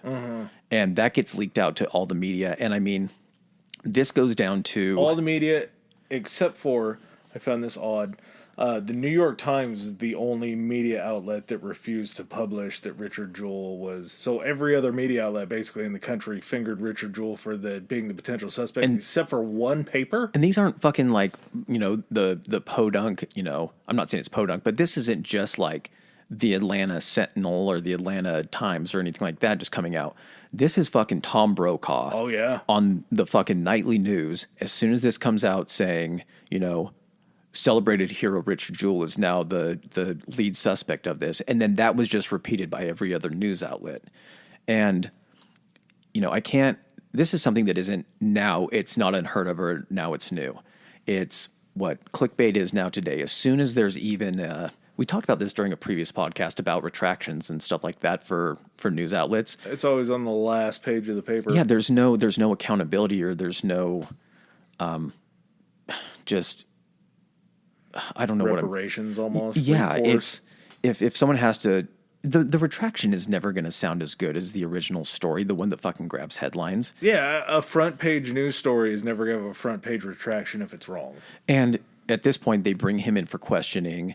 This is the most fucked up thing, and I already have a healthy distrust of authority and all that kind of stuff. But the shit that they pulled on him was fucking incredible. So they bring him in. They don't even let him know that he's a suspect. The detectives or whoever is in charge of this approach Richard Jewell and basically say, hey, you know, congratulations, by the way, or thanks for doing all this. We would like to use you and your experience as training for law enforcement going forward. We're going to go ahead and do this as kind of a mock. What would you even consider a mock arrest and interrogation or something? They were creating a training video for this specific occasion. You know, Richard hearing that he's going to be in an FBI training video for terrorism, domestic terrorism, because they didn't rule out just good old fashioned terrorism. He's like, stop! My dick can only get so hard. Yeah, I can only get so erect by this. Just be at full mass, being like, I get to be in an FBI video. Yes. And so they bring him in, and in order not to worry him at the time, what would usually be the one thing if someone reads you during a questioning period that would pretty much perk your ears up to maybe point to a direction that it's not what it appears to be? To Mirandize anybody, to give anybody your Miranda rights, that's basically saying that you're about to take them into custody. You're about to charge them with something. So they get him in, you know, wherever they're bringing him into, and they're like, hey, we're just going to go ahead and act like this is a real world scenario for the training video. And at some point, someone pulls the detectives or whoever's doing the interview out of the room, and they're like, well, since this is our suspected guy, you need to read him his Miranda rights. They hadn't done it up to this point. He had no indication that he was officially a person of interest. So they finally come in and they're like, you know what, Richard, we want to make sure that this is as accurate as possible. So we're going to go ahead and read you your Miranda rights. They didn't even read him his Miranda rights. They brought him in a paper to sign relinquishing all of his rights. So it wasn't like the verbal that you get when you get read your Miranda the right to remain rights. silent. Anything you say can be used against you in the court. Yeah. This was all written down for him to sign. So it wasn't even like they tried to even hide the fact that they're giving him his Miranda rights another layer. And he wasn't a dummy. He had been around the police enough to where he knew that this was...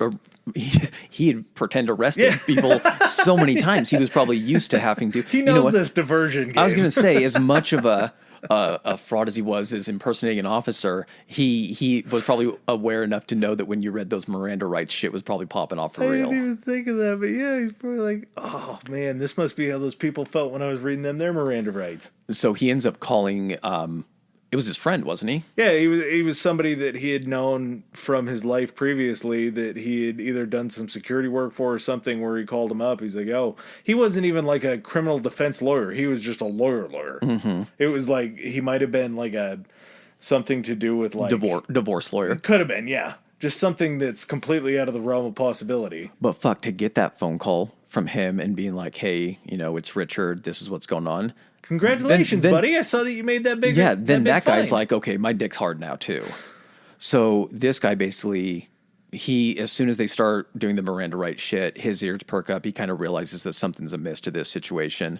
And so he ends up calling his lawyer, or calls this guy to act as his lawyer. And that guy's basically comes down and is like, okay, you want to read him his Miranda rights? Is he under arrest? And they're like, no. He's like, we're leaving. So he gets to go home, but... I mean, at this point, because the news had already leaked this information, he basically walks into a media shitstorm. The same day that they reopened Centennial Park was the same day that he was fingered as the prime suspect. So it's a very interesting term. Yep. Yeah. He got fingered in more ways than one. Yeah. Physically, emotionally, mentally, everything. So, I mean, he's got every single news outlet camped out in his front, or his mom's front yard. They lived in an apartment complex, and it looks like a goddamn concert going on outside with all the media.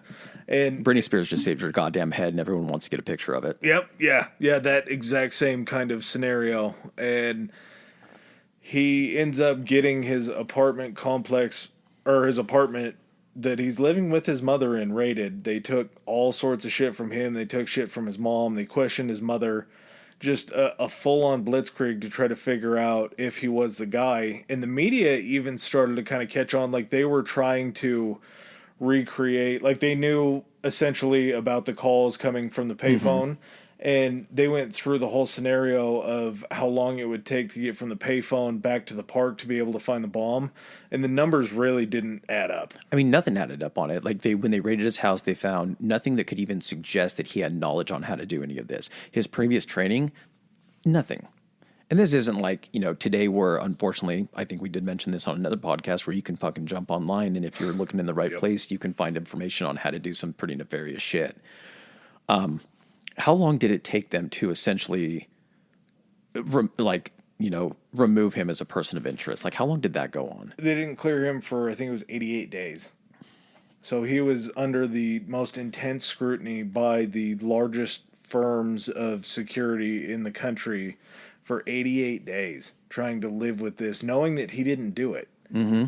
Like, it's one thing if you did commit a crime and you're trying to beat that charge. It's a whole nother thing when you actually know for a fact that you're innocent, but everybody keeps pointing the finger at you. Like, there's no deception game in that. It's just you trying to be like, why don't you believe me? Yeah, exactly. I've told you everything I can tell you. Like, and at that point, just trying to go through like a human thought process on that, that you did what you needed to do in that situation. Everyone, up until a few days ago or whatnot, is basically you're in every headline as, the hero that saved countless lives at the Olympics during this, horrible event. And then you find yourself on the other side of it. When you really break it down, in your head, you're like, how am I being tied to this? Technically, all they have to tie me to this is the fact that I was the one that found it. That I saved everybody. Yeah, and they're using that to somehow turn it into the fact that I did this.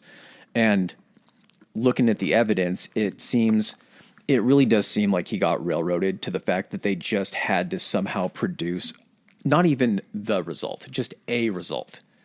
They needed to show that that law enforcement was competent enough to actually, finger somebody. And unfortunately, Dick's the one that got fingered. It's it's a sad fact in the American justice system, and I'm sure that this stretches further abroad too. But there's so much of this in this country, and it just makes me sick to think about. But there's such a rush to try to find somebody to finger, essentially, to put the crime on, that it's almost like that becomes the primary goal, and the secondary goal is actually figuring out who did it. Mm-hmm. And we see it's what is it? It's action, then ask questions later. Yeah, like we're going to do this, and then we'll figure it out as we go along. It's so much easier to try to put somebody in that position and try to force them into an admission of guilt or anything. And then you look good in the paper because you caught the guy. Whether it's the guy that did it or not, we see this all the time with wrongful convictions, and we'll go over plenty of wrongful convictions episodes. But it's so much of a rush to judgment, and I hate using these phrases now because over the last few years, they've kind of become hot button words that you can say to get people fired up with, oh, well, let's see where this plays out. Let's see the investigation and all that. But it really is true in cases like this where it seemed like they didn't have another avenue to go down, so they just fired everything at Richard. It's guilty until proven innocent in this situation. This is the textbook situation of guilty until proven innocent. Here's the other thing too, is I think this was also a situation where as soon as it got reported to the media and basically worldwide, now law enforcement looks as good as they can because they've been able to get someone as quickly as possible. Yeah. A matter of days. Not a week, a matter of days. Yeah. So you move from a scenario where you have an event and you have to fit a person to that event instead of having that person and now trying to find a way to make all of the events around it make sense. Instead of doing it the right way and saying, let's take all of the events and try to find a person responsible, we're just going to find a person and then kind of shape everything to make them responsible for it. It's trying to stick a square peg in a round hole. Mm-hmm. It's just, you're trying to make the narrative fit the person. And this, I hesitated bringing this up, but this is what I was talking about when I said this is a fucking simulation. Mm-hmm. Like, there's times in my life when I hear people say it and I think you're dumb as shit. I feel like I can't even argue that when somebody says that the world is a simulation, because the names that come up in this whole proceeding, it's not even a proceeding because he was never charged with anything or anything like that.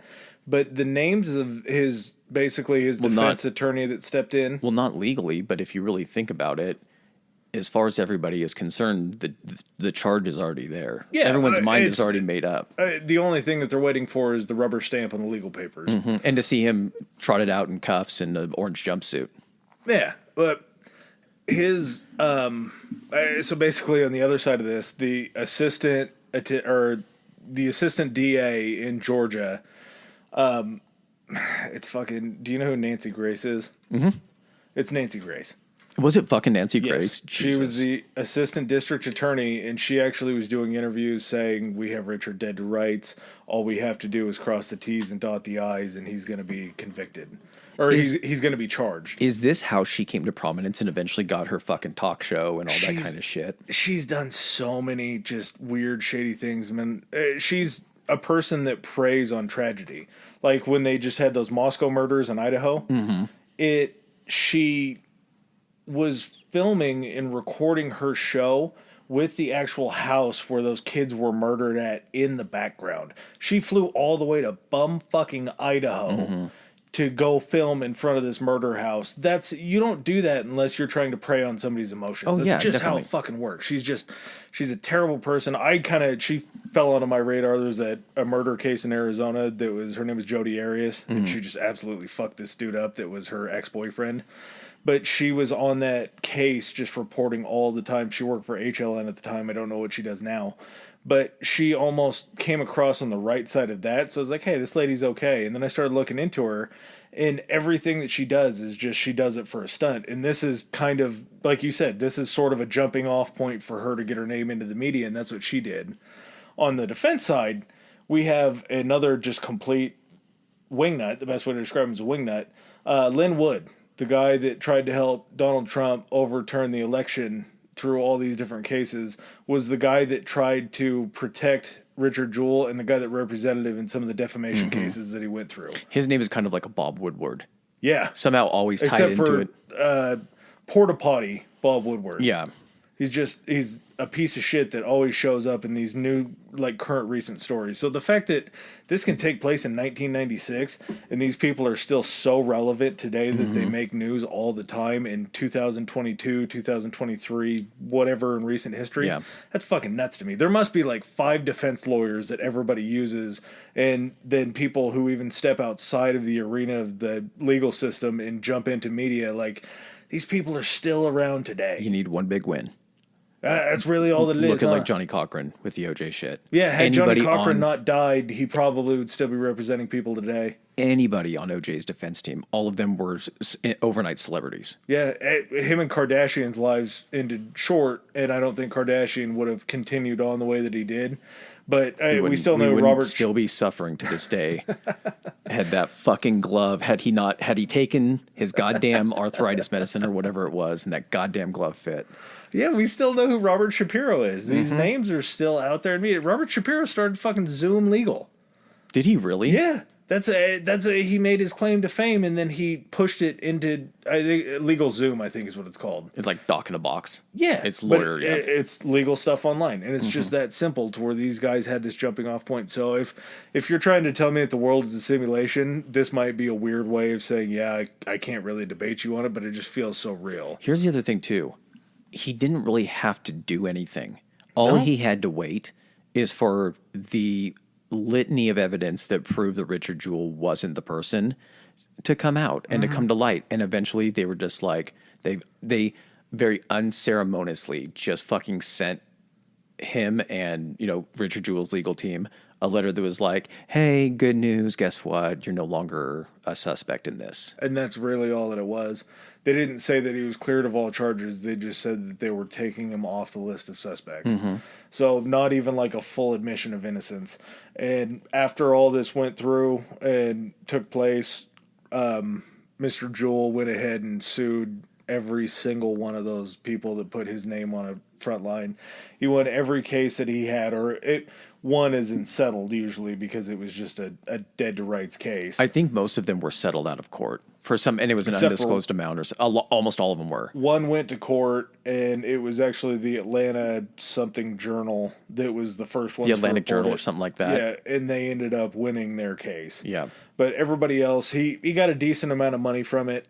He bought a fairly large plot of land in rural Georgia, ended up getting married, seems to have lived a life that you could really try to. He ended up being, hired as a police officer, so he got his wish in 2 different counties, I believe. So he lived a fairly decent life, but then, like I said, 44 is no time for anybody to pass away. And it's rough and it sucks.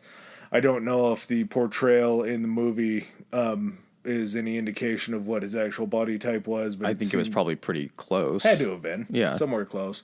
So he may not have been living the healthiest life, but regardless of life choices, I have to assume that this whole entire ordeal, this 88 days, took so many years off of his life. Worry, and because it's not knowing that one day you'll be found innocent, it's that thinking that there's a chance that you will still be found guilty somehow. Well, and here's the thing, too. If, when he sued all of these publications that came out and, pinned him as the prime suspect, when you settle out of court like that, that means that the verdict or, there's no verdict. You can't, show a piece of paper, especially with these undisclosed amounts. You're signing an NDA. You don't get to go ahead and talk about how much you got. You don't get to talk about the what happened in court. Basically, if you do go to trial like that, the one that went to trial, him losing that, if anything, almost kind of kept that belief in your head that if he didn't win this, then there might not have been enough evidence to completely exonerate him. He never got exonerated, really. Had all of these other, lawsuits that he had filed, had all of those had actual, court verdicts that they were all culpable and they were all responsible for the false statements that they made, that's going to go such a long way. Oh, yeah. To basically be like, look at this. All of this shit was proven false. It gives you a feather in your cap, but the one that's on record that you can even actually discuss was actually, no, I mean, yeah, they did go ahead and suggest that you were the prime suspect, but due to, freedom of speech and all that kind of stuff that protects the freedom of the press, you didn't win this one. And that's the one that also is the one that's on record. And so it makes you look at, not fully guilty, but it looks like you had enough involvement negatively in it that you couldn't win a court case, proving otherwise. He didn't get the Frank Reynolds seal of approval of not having donkey brains. He didn't get that. He didn't get a certificate. No, there was no certificate saying that he was innocent. He might have had donkey brains, but he certainly wasn't innocent. And it's just such a shame that it had to have happened that way. And really, this whole thing goes semi-cold for a decent amount of time. And before we get into the actual person that laid the bomb, I'm going to need to refresh a drink and take a pee. Okay. All right. So before we get into the actual culprit here, they weren't just, once they got Richard, they didn't just hang their hat on that and say, hey, investigation's over. Obviously, through their investigation, evidence came to light that showed that Richard Jewell wasn't actually the person that did this. The police work that they did, I'm trying to remember the name of the guy that got brought in, or one of the main guys that got brought in to do some of the investigation. A couple of things they looked at, of course, they're going to look at the explosive device itself. And a couple of things they took away after, which amazes me too, because you think that everything would just be completely destroyed. That I don't understand how any of this works. No. But what they were able to determine from a few clues from the actual explosive device. So the first thing was the nails. They were masonry nails. So masonry nails, the way that they went into deep into what they had to look into as far as the construction, how these things were made. So apparently masonry nails are made from steel wire. And basically how it works is to get the point, it just basically shears it off. Shears it off on four sides. Yeah, on four sides, gives it the point, and then basically just a big hammer comes down while it's being held, and it's being held by, this is how in-depth they went, it's held by essentially some prongs that hold the nail while it cuts it, and then at the same time, a big flat press comes on the top of it, where it's being held, and that's what gives you the head of the nail itself. And so they were able to determine how the nails were made, who made the nails, because they're able to determine that by the kind of machinery marks that are on the nails of how it's held and how it's manufactured and stamped. They said that they found nails on building tops, in Atlanta. They were finding this shit for the longest time. It shook buildings and shattered windows that it had no business of ever reaching. Another thing that they looked at as far as the construction of the device was they obviously knew that they were looking, and this is one of the things that helped direct them away from Richard, was the technology that was necessary to actually develop this bomb, the knowledge to be able to direct the blast in a specific area. With the solid metal plate underneath. And they went in and they looked at the metal plate fragments that they had and could see the cutting and welding marks and everything. And they determined what type of torch was used. It couldn't be an acetylene torch, which, an acetylene torch, if anyone's not aware of that, is the one that you see in a lot of TV shows and movies where they go to light it and they have the torch in one hand and then they light it with a little sparker or a lighter. It's just acetylene gas. And it shows the big old long flame, and then you tweak it and it brings it down to that short blue flame. When you cut something with that, it's very jagged. It's not a precision tool. And so you're getting a lot of rough, unfinished edges. So they determined that in order to create this blast plate, that it required a degree of skill to use not acetylene, but some type of a plasma torch, I think it was, to get the welds and everything. So Richard Jewell didn't have anything that suggested he had any of that kind of knowledge. But these detectives were going around to essentially all of these nail manufacturers, and then they were going around to, I think they went to a college or university that had a specialization in metalwork or fabrication, and that's how they were able to determine what type of welding device and what had to be used for it. So that kind of led them in certain directions of, okay, this is, we got to try to track down where these nails were acquired from, or who would have had knowledge of, how to work metal like this. And although it didn't point them to the suspect. At this point, it was basically like, okay, we're going to catalog this, and we have this information that if we ever do catch someone that, is questionable, we can then look into their background or find out if they have, at their home, they have any of these nails or something like that. Things that would show that you were able to manufacture this device. And that stuff, like you said, it was a cold case, and it pretty much just sat on a shelf collecting dust until 97. Yeah, something that I really enjoy looking into is criminal profiling. And there's something called, I think it's BSU. It's like behavioral science unit. It's the same thing where you get... It's like FBI profilers. When you go to like a serial killer, you try to track down essentially the mental state and basically build yourself a character profile based upon the evidence that you have. Like what background and education does this person have to have?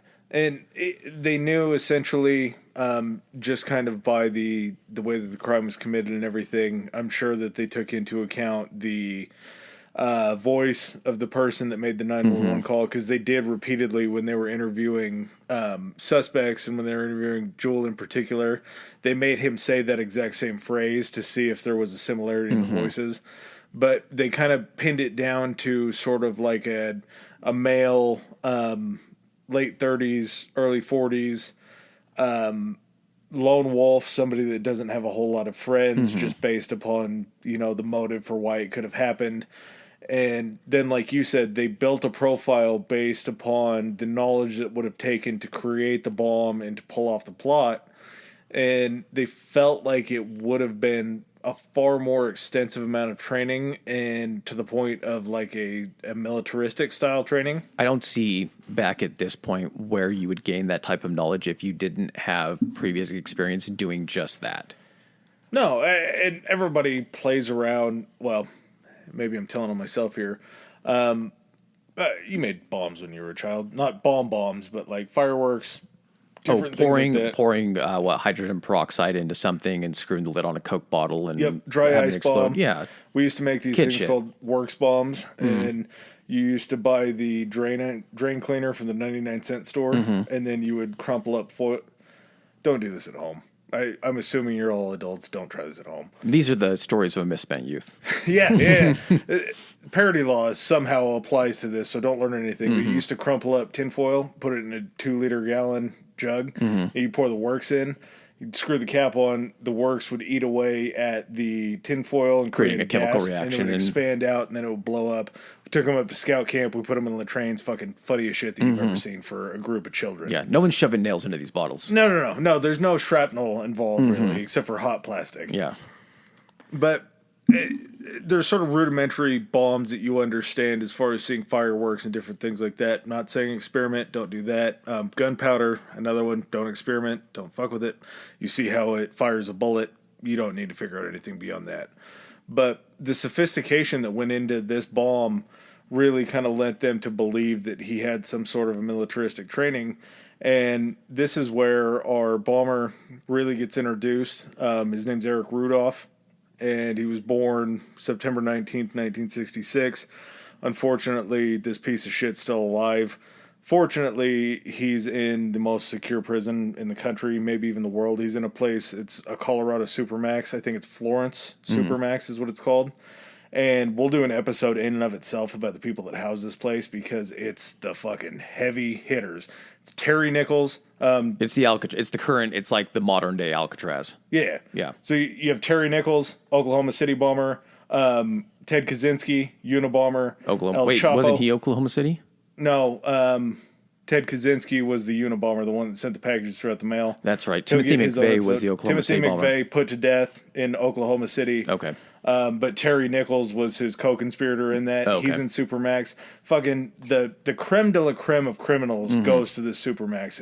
It's fucking sweet. They're in lockdown 22, 23 hours a day, 80 completely square foot isolated. cell. I think it's 80 square feet that they're allowed. They're like within their 80 square foot cell for 23 out of the 24 hours 8 by of the 10 day. cell. Yeah. But yeah, just like you said, they call it the Alcatraz of the Rockies. It's just out in the middle of fucking nowhere, and these people are in such isolation that it's so much worse than death to just be alone with your thoughts for that many hours a day. Well, fuck, maybe if you're these type of fucking psychopaths, maybe they don't care. Maybe they exist in another plane or dimension that, you know, if they're obviously capable of doing this shit, then they obviously don't live within, you know, our social construct, you know, mentally. No, this I do believe, along with Terry Nichols, is such a slap in the face to Eric Rudolph, because one of his main things was that he fucking hated the government and he hated their ability to control things, and he's had to live every day of his life since since 2003, I believe it was, under the lock and key of the government, and they're controlling every movement that he makes. That part I take solace in. I really, really enjoy that he has to deal with that. What's crazy too is the two events that are going to actually lead to them, you know, being able to find out who he is, which again, that doesn't immediately result in his arrest and incarceration. No, not at all. And it was technically 3 events, because I think Birmingham is the one where they sort of started to get an idea. And it's weird to tie in what essentially his manifesto or what his reasoning.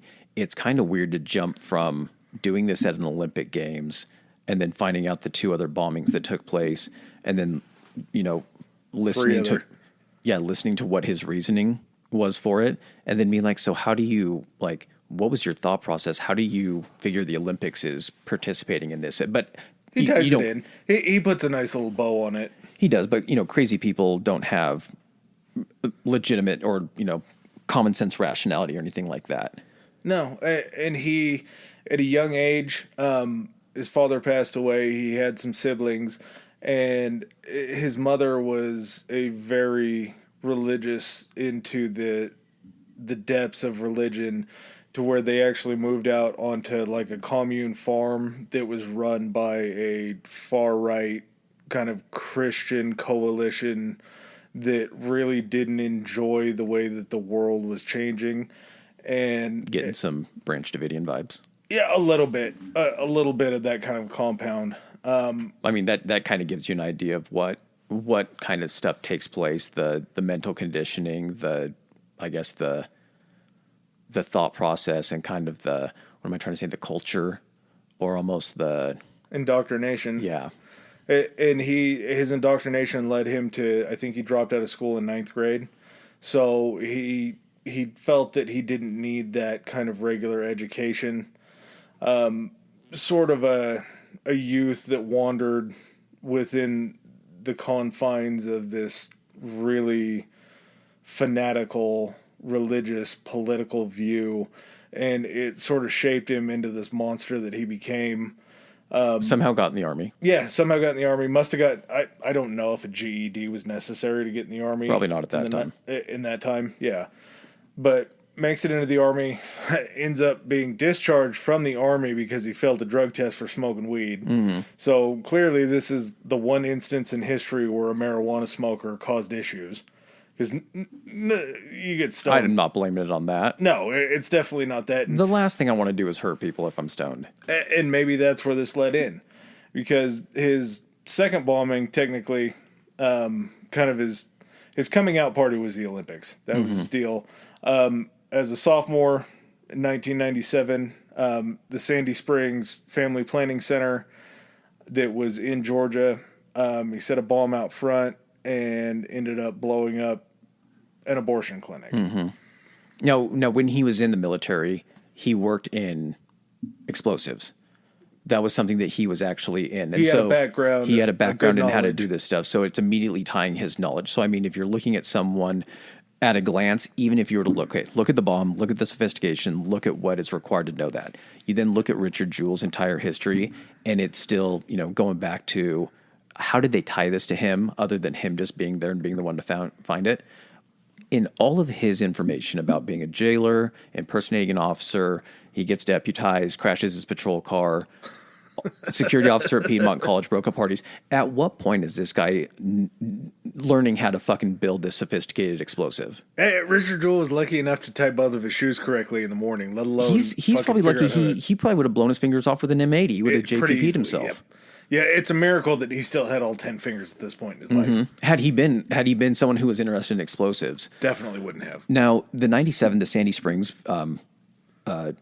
again, these aren't like abortion clinics. These are family planning centers, which perform abortions. Yes, because that's a part of family planning. Was this the one? Tying back to what I was talking about earlier, was this one that he had the second explosive device meant to take out the first responders, or was that the next one? That was actually the third. That was the third one. Okay. Yep. So that again, this ties so eerily into today, and I don't want to find a political side in this, but he was part of it. What was he part of? He was a very far right individual, and when you hear today talking about the overturning of Roe versus Wade last year, which there's got to be a way to get this unfucked. But when you hear people talk about the left essentially becoming angry and violent and pushing back towards religious pro-life people in violent acts, this is the shit that happened when abortion was legal. Mm-hmm. So you can't turn around and start pointing the finger and saying, you guys are violent, when this motherfucker was on your side. And you can talk about lone wolf and all that. Mm-hmm. This fella had a lot of support after he blew up this first abortion. He still has it, I think. Yeah, part of him still being alive is that I think to some degree he still does have. I mean, if you jump online and you put in, I'm not suggesting this, but put in Eric Rudolph, you could probably find your way essentially to some deep, dark fucking places. I don't know if what is 16chan a fucking thing now. I know they went 4, then 8, then I don't know if they just keep fucking doing multiples. Mm-hmm. But you find some shit that's, buried in the fucking cesspool of the internet. You'll find groups that will still essentially praise the name of Eric Rudolph for what he did. And kind of tying back to the 96 Olympics and what they ended up finding as his motivation for all of this, it's very strange, but from the mind of a crazy person, I don't know how to understand that, I guess. And so you don't have to make legitimate ties or connections between things if you're fucking crazy. They're just there. I mean, I'll sort of tie that up at the end, just with his final statements that he made at his trial after his sentencing, because it sort of does. He explains away the Olympics to a way that you can understand, where it's just like, oh, like you say, you're just fucking crazy. Mm-hmm. You're just nuts. So in 97 again, mm-hmm. What was the name of that place? The Other Side Lounge. Okay, it was a lesbian bar in Georgia. I want to say it was around Atlanta, probably. Sets another device. And 2 devices. Was it 2? Yeah, remember? So that's why I'm confused. So it's either the family planning one or it's the Other Side Lounge. So I can't. It's another family planning in Birmingham. Oh, he does. Okay, so that's where that one took place. So he sets off another device, another explosive device at this Other Side Lounge. I'm not sure what the casualties. I'm sure there were casualties, but I'm not sure what the number was. I know that there were injuries. I don't think there was a casualty. Luckily. So he does another thing. So at this point, I think he used during the Sandy Springs one and then also the Other Side Lounge, it was pretty much the exact same setup. I mean, not saying that it was the 3 pipe bombs converged into one, because I think that's what it was, 3 pipe bomb packages all converged into one during the Olympics, but it was the same. There were 5 people that were injured in the Other Side. So bomb. It was the same deal, though. This guy was using masonry nails as shrapnel in these devices. So you had an instant tie to the 96, the Summer Olympic bombings, that basically told you we have a serial bomber in this scenario. Well, and like you said, they were able to see from the blast plate that was below it that it was engineered in the same way that the first one was. So, again, this guy is still large. 98, there's another abortion clinic bombing in Birmingham. And this one, so he plants one device. It detonates. I'm not sure how many people it killed or anything like that with that initial blast. The second device was intended, and I guess it worked to the way he wanted it to. It was intended to kill first responders that were responding immediately to it. That one second goes off, and I think that ends up killing an officer, correct? It killed an officer, and it injured one of the nurses in the facility. And his big issue that finally was a break for the police during the bombing in Birmingham was there were witnesses around where he had done it at such a time. he was very methodical in what he did. He would case these places beforehand to where he knew when people would be showing up. And his reasoning and rationale, we'll get into that a little bit later, but it's a little clouded. It's sort of, he's just a real asshole with the way that he thinks about it. And it's just basically trying to explain away what he did. But his big issue was this time there were people that saw what was going on. So he was initially ruled a suspect because people were noticing that he was the only one that was walking away from these blasts and not looking behind him. So that the Batman Joker scene where he blows up the hospital and the Joker's walking away and you see the explosion behind him.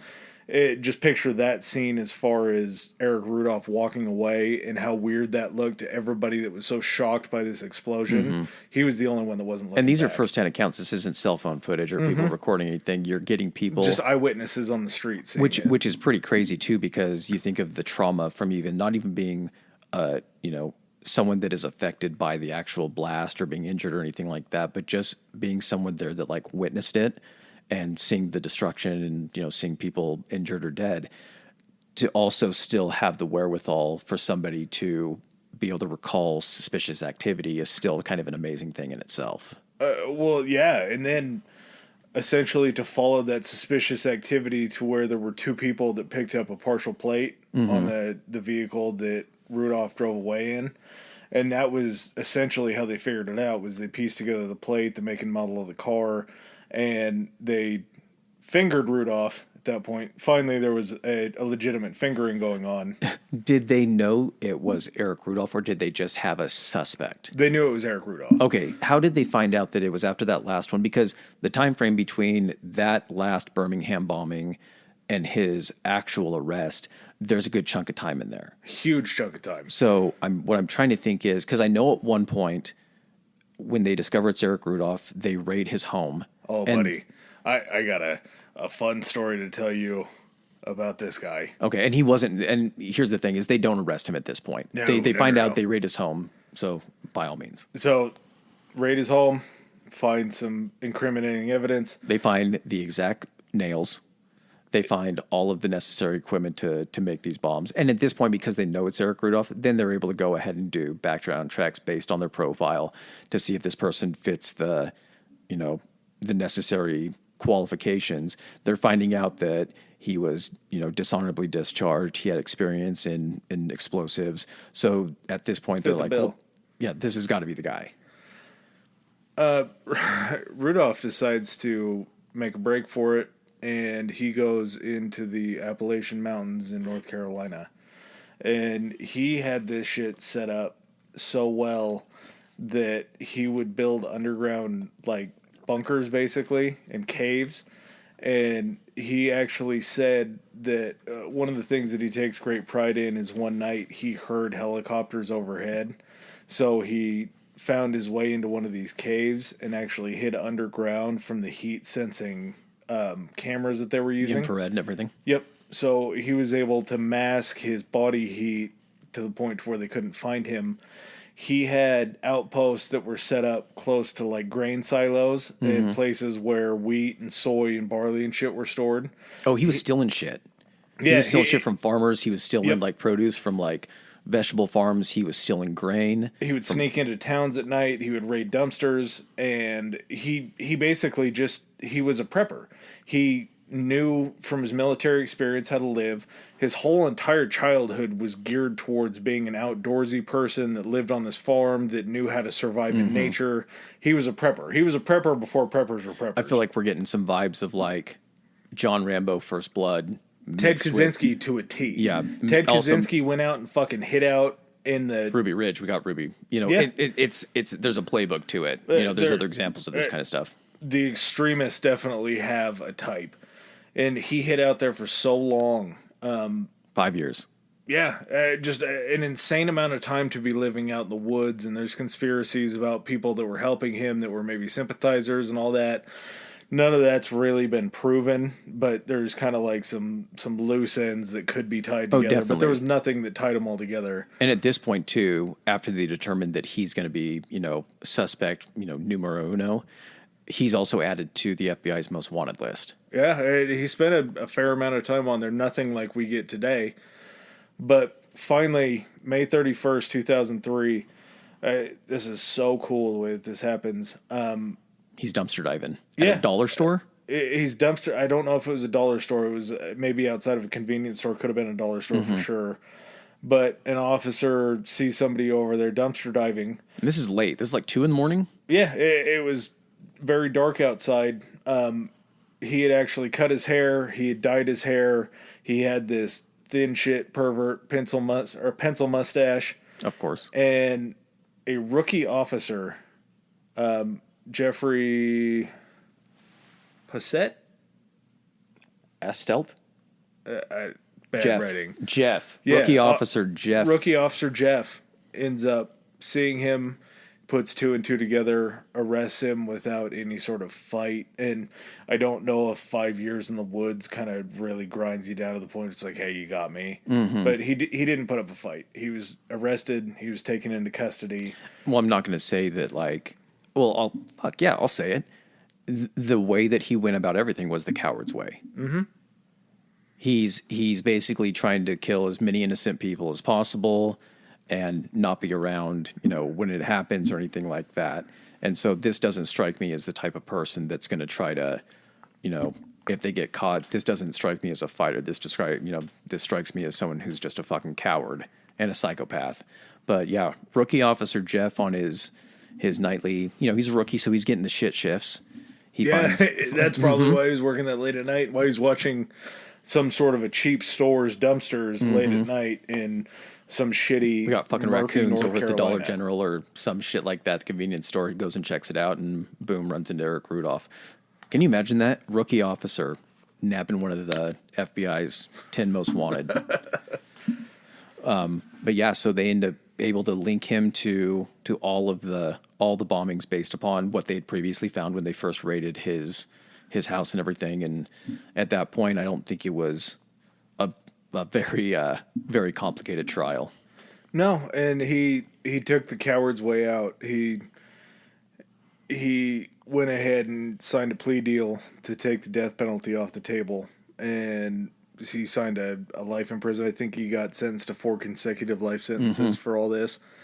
And so that's how he ended up in the Colorado Supermax, because there wasn't a chance in hell that we were going to let some guy that did such evil, diabolical bullshit sit in the general population. I mean, this is a guy that lines up with other people that are in prison's wheelhouse, and we don't need anybody else talking to him and then getting out and trying to copy what he did.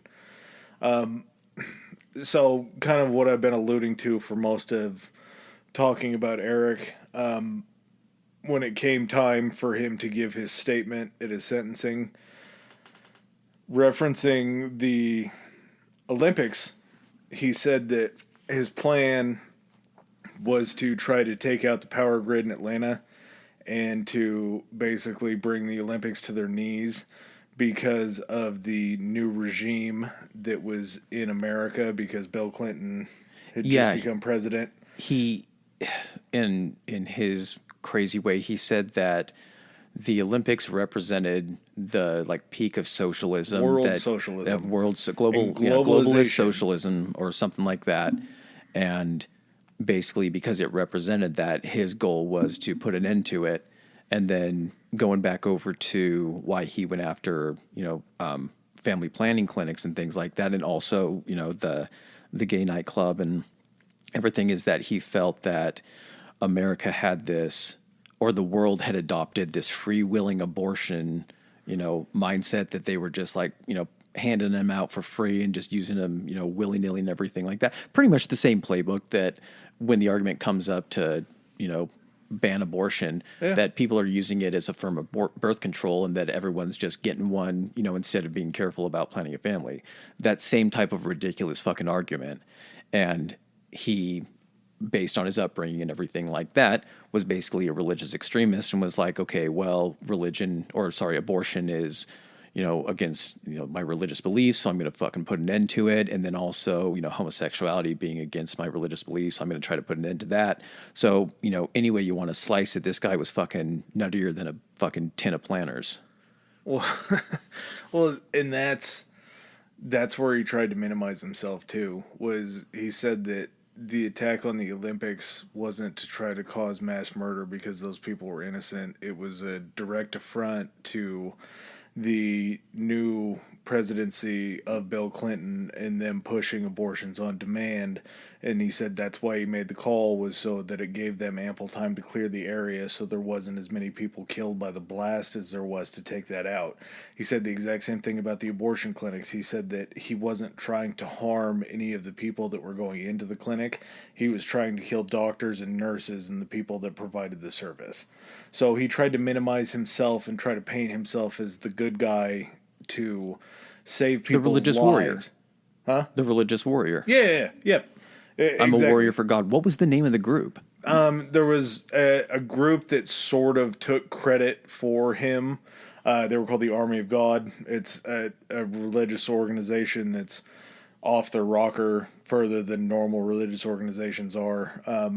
They're pretty deep into it. The ones willing to take that step that most won't, cross that line that most won't cross. Yeah, the ones that see the line as something that can be stepped over in the pursuit of a more pure society. Yeah, they won't cross that line, but they'll sure as shit, bask in the fucking afterglow of what the results are. Mm-hmm. So yeah, that kind of ties up Eric Rudolph. I hope that he's having a real bummer of a time in that Supermax, and there's part of my brain that wonders, like, I hope he's taking, some pipes.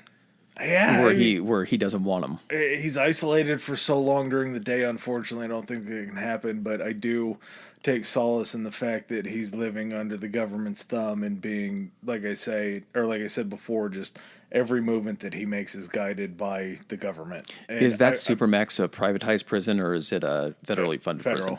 So it's basically a result of socialism. Yep. Yeah. So I hope that he lives with that. There's still a part of my brain that would love to see, and this is just, I probably shouldn't even admit it, but like the pure curiosity of seeing like him, Ted Kaczynski, and Terry Nichols, like they finally get to meet and they get to talk about it and talk about what they did. I wonder what that conversation would sound like. All of them. It'd just be a fucking circle jerk about trying to relive their glory days, fucking comparing body counts and like what they did, their reasons for doing it, and fighting against the man or whatever kind of crazy shit they want to come up with. It would be. I hope that they're listening to their stories and Kaczynski's like, you dumb shits. You didn't even cover your tracks well enough that you were caught that quick. And Kaczynski was caught a fair amount of time. He's more than deserving of his own episode, but he was out in the wilderness for a long time, so I'm sure that he would listen to Rudolph's story and be like, really? You got caught that way? Mm-hmm. That's it. You got caught dumpster diving, you dumb motherfucker. And then they're like Terry Nichols over there's like, yeah, I bombed one place. Like, oh, you bombed one place. Congratulations. There's like a hierarchy of psychopaths within that. Exactly. Yeah. They're shitting on each other for doing these just monstrous activities. So I don't know how to put a good bow on this. I mean, he was caught. I mean, unfortunately it took a lot of time, and there's really not a lot of, we kind of covered the good at the very beginning, talking about kind of the positive highlights of the Olympics. It's great that it continued, because had the Olympics shut down, it would have just even lent, more credence to essentially his, why can't I think of this word? Like manifesto? His manifesto, or his reason for doing what he did. It would have made him feel like it was successful. Well, yeah, and going along those lines, it's a great thing that we did, because it proves that just the Olympics and sort of America as the host nation, that we will go on, that evil doesn't win, that he doesn't get to feel justified because he met his goal. Like, the biggest fuck you to this dude to say, yeah, you bombed us, but we're going to get our shit back together. We're going to finish these games off. We're still going to have some incredible Olympic world-defining moments in this sphere of athletics of the world. We just have to hope enough positive things happen or enough positively memorable things happen during the remaining time. Because again, so it goes to August 4th. The bombing took place on July 27th. So at that point, there's only 8 days left in the Olympics. You've already had some of these, big impactful moments already happen, but at the same time, you still have some left to go. And you get to the closing ceremony. Yeah. Which, of course, is going to be somewhat maybe there's going to be a shadow hanging over that, and it's going to be kind of a somber affair. But at least, evil doesn't get to fully win. Yeah. It made its, it tried to make its footprint. It tried to ruin, something that should be celebrated and beautiful, for the world. And it put a dark mark on it, but it didn't destroy it. And I guess that's the positive that you kind of have to take away from it, is almost the resiliency of all of those athletes agreeing to continue to compete. And fuck yeah. Yeah. That's a major commitment to say, I know that we just had a bombing that happened. We're still going to go out and try to compete at our highest levels to make this all work. And it's the ultimate bend but don't break. Yeah. We were pushed back on our heels, but we kept going forward, and we finished these Olympics off to show that this was a positive. We ended up wrapping up this case far too late, but, you're battling. When you try to fight against crazy, sometimes it's not going to be an absolute quick solution. Yeah. So we did great. I didn't even get to mention the fun part of not the fun part, but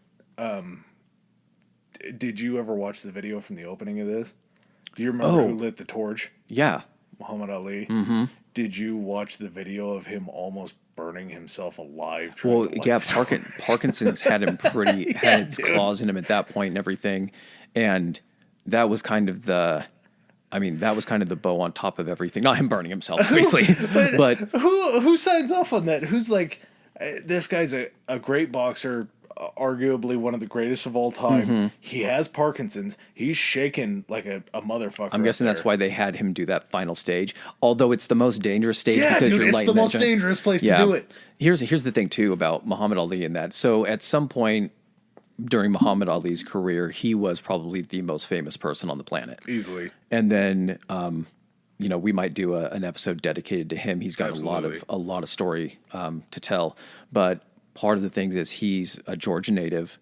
I think it took place at some type of anniversary of when he was able to either fight again or regain his title from that 3 years he was suspended for not agreeing to fight in Vietnam. And so it was almost kind of like almost a little bit of a redemption for him to be on that stage and be able to participate in that manner. But yeah, he got the torch for the last leg. Did he get a little too close? He just got a little too close to it, didn't he? Well,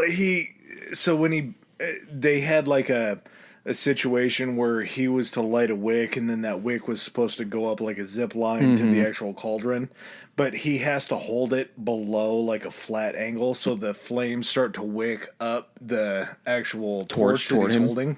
And you can tell, like, his hand sat there close enough to the flame for too long before he actually pulled it back. But we got really close to seeing a medium rare Muhammad Ali hand up there. Is it like that scene, remember, where the guy lights the firework next to the dude in the wheelchair? And Terry? His name's Reggie. Is it Harry? Terry. He's like, Terry, get back! Terry, run! And he can't fucking get the wheelchair to go, and so it's fucking firing off right next to him. I had to watch it again just to take in all the glory. And this poor dude has Parkinson's up there. He's shaking just like he's freezing. And then you see the flames start to lick up. You're like, that's too close. That's too close. And then, like, 4 seconds later, he finally pulls his hand away. He's like, oh, thank God he had the wherewithal. Where are those motherfuckers with fire extinguishers? Yeah, that flame came all the way from Greece. We can't put that flame out before it lights the cauldron. So he's just going to have to burn his hand. How often do you think the flame accidentally goes out without anyone knowing? It's had to have happened before. There's no way that it could travel that far and they haven't had a snafu. Every 2 years. Well, like imagine, like, does it travel by boat? I would imagine if it has to start in Athens, then, it's definitely not traveling by plane. We can fucking hold that in. We're going to need you to extinguish that until we get this fucking thing landed. Yeah. No, you got to sit there in a boat, and it's probably got a place of prominence on the boat where the thing is just fucking sitting there trying to stay lit. You got a guy in there trying to replace the fuel in it and everything. Can you imagine being the dude and it goes out while you're trying to do something? You're like, fuck, just looking around to see if anybody saw it go out. There's one dude just standing there watching. And you're like, you didn't see fucking shit. So I don't know if you're as deep into King of the Hill as I am, but they do an episode where the flame actually passes through Arlen, and Hank is the one that takes it over. Well, Dale, his conspiracy theory buddy, lights his cigarette with the flame, and then as Hank is running, he trips and falls while he's showboating and puts out the flame. But then they actually relight the torch with Dale's cigarette that he lit with the. It's probably happened. It's had to have happened. It's had something like that. It's had to happen at some point. It goes out and someone's just looking around and be like, does anyone have a fucking light? Yep. Nobody, like you say, nobody saw this. Let's just let's not be famous. Let's not be famous as being the town that let the fucking Olympic torch go out. Yeah, it's a big loss. Yeah. All right, man. I got nothing else on this. No. We got a ways till the next Olympics, but just. Although you do have Eric Rudolph, on the other side of that, you got Carrie Strug. Yeah, the picture of human determination and resiliency, sending her little 86-pound ass down that fucking vault runway, leaping through the air like a ninja and landing on one ankle. The American go power showed up. All right, man. Any closing thoughts? No, I think we're good. All right. Well, again, as a disclaimer, please do not do any of the explosive-related things that we may have very... Explain. Yeah. As we explained in very limited detail, because we don't have that knowledge. We're washing we're washing our hands of this, not bombs of this. All right, guys. Thanks for listening again, and we'll see you on the next one. Peace. All right, ladies and gentlemen, thanks for joining us for another episode. If you like what you heard, hit that subscribe and like button. Follow us. If you didn't like what you heard, still hit that anyway, because we'll probably cover something in the future that you do like. Please follow us on our social media. Adam, hit them with it. Our Instagram is Historically High Pod, Historically High POD, and we are on Twitter at Historically High. That's Historically HI. All right. And if you guys want to send in any feedback, suggestions, hit us up on those two, or you can even do it on Gmail. It's historicallyhighpodcast@gmail.com. Thanks again. Peace.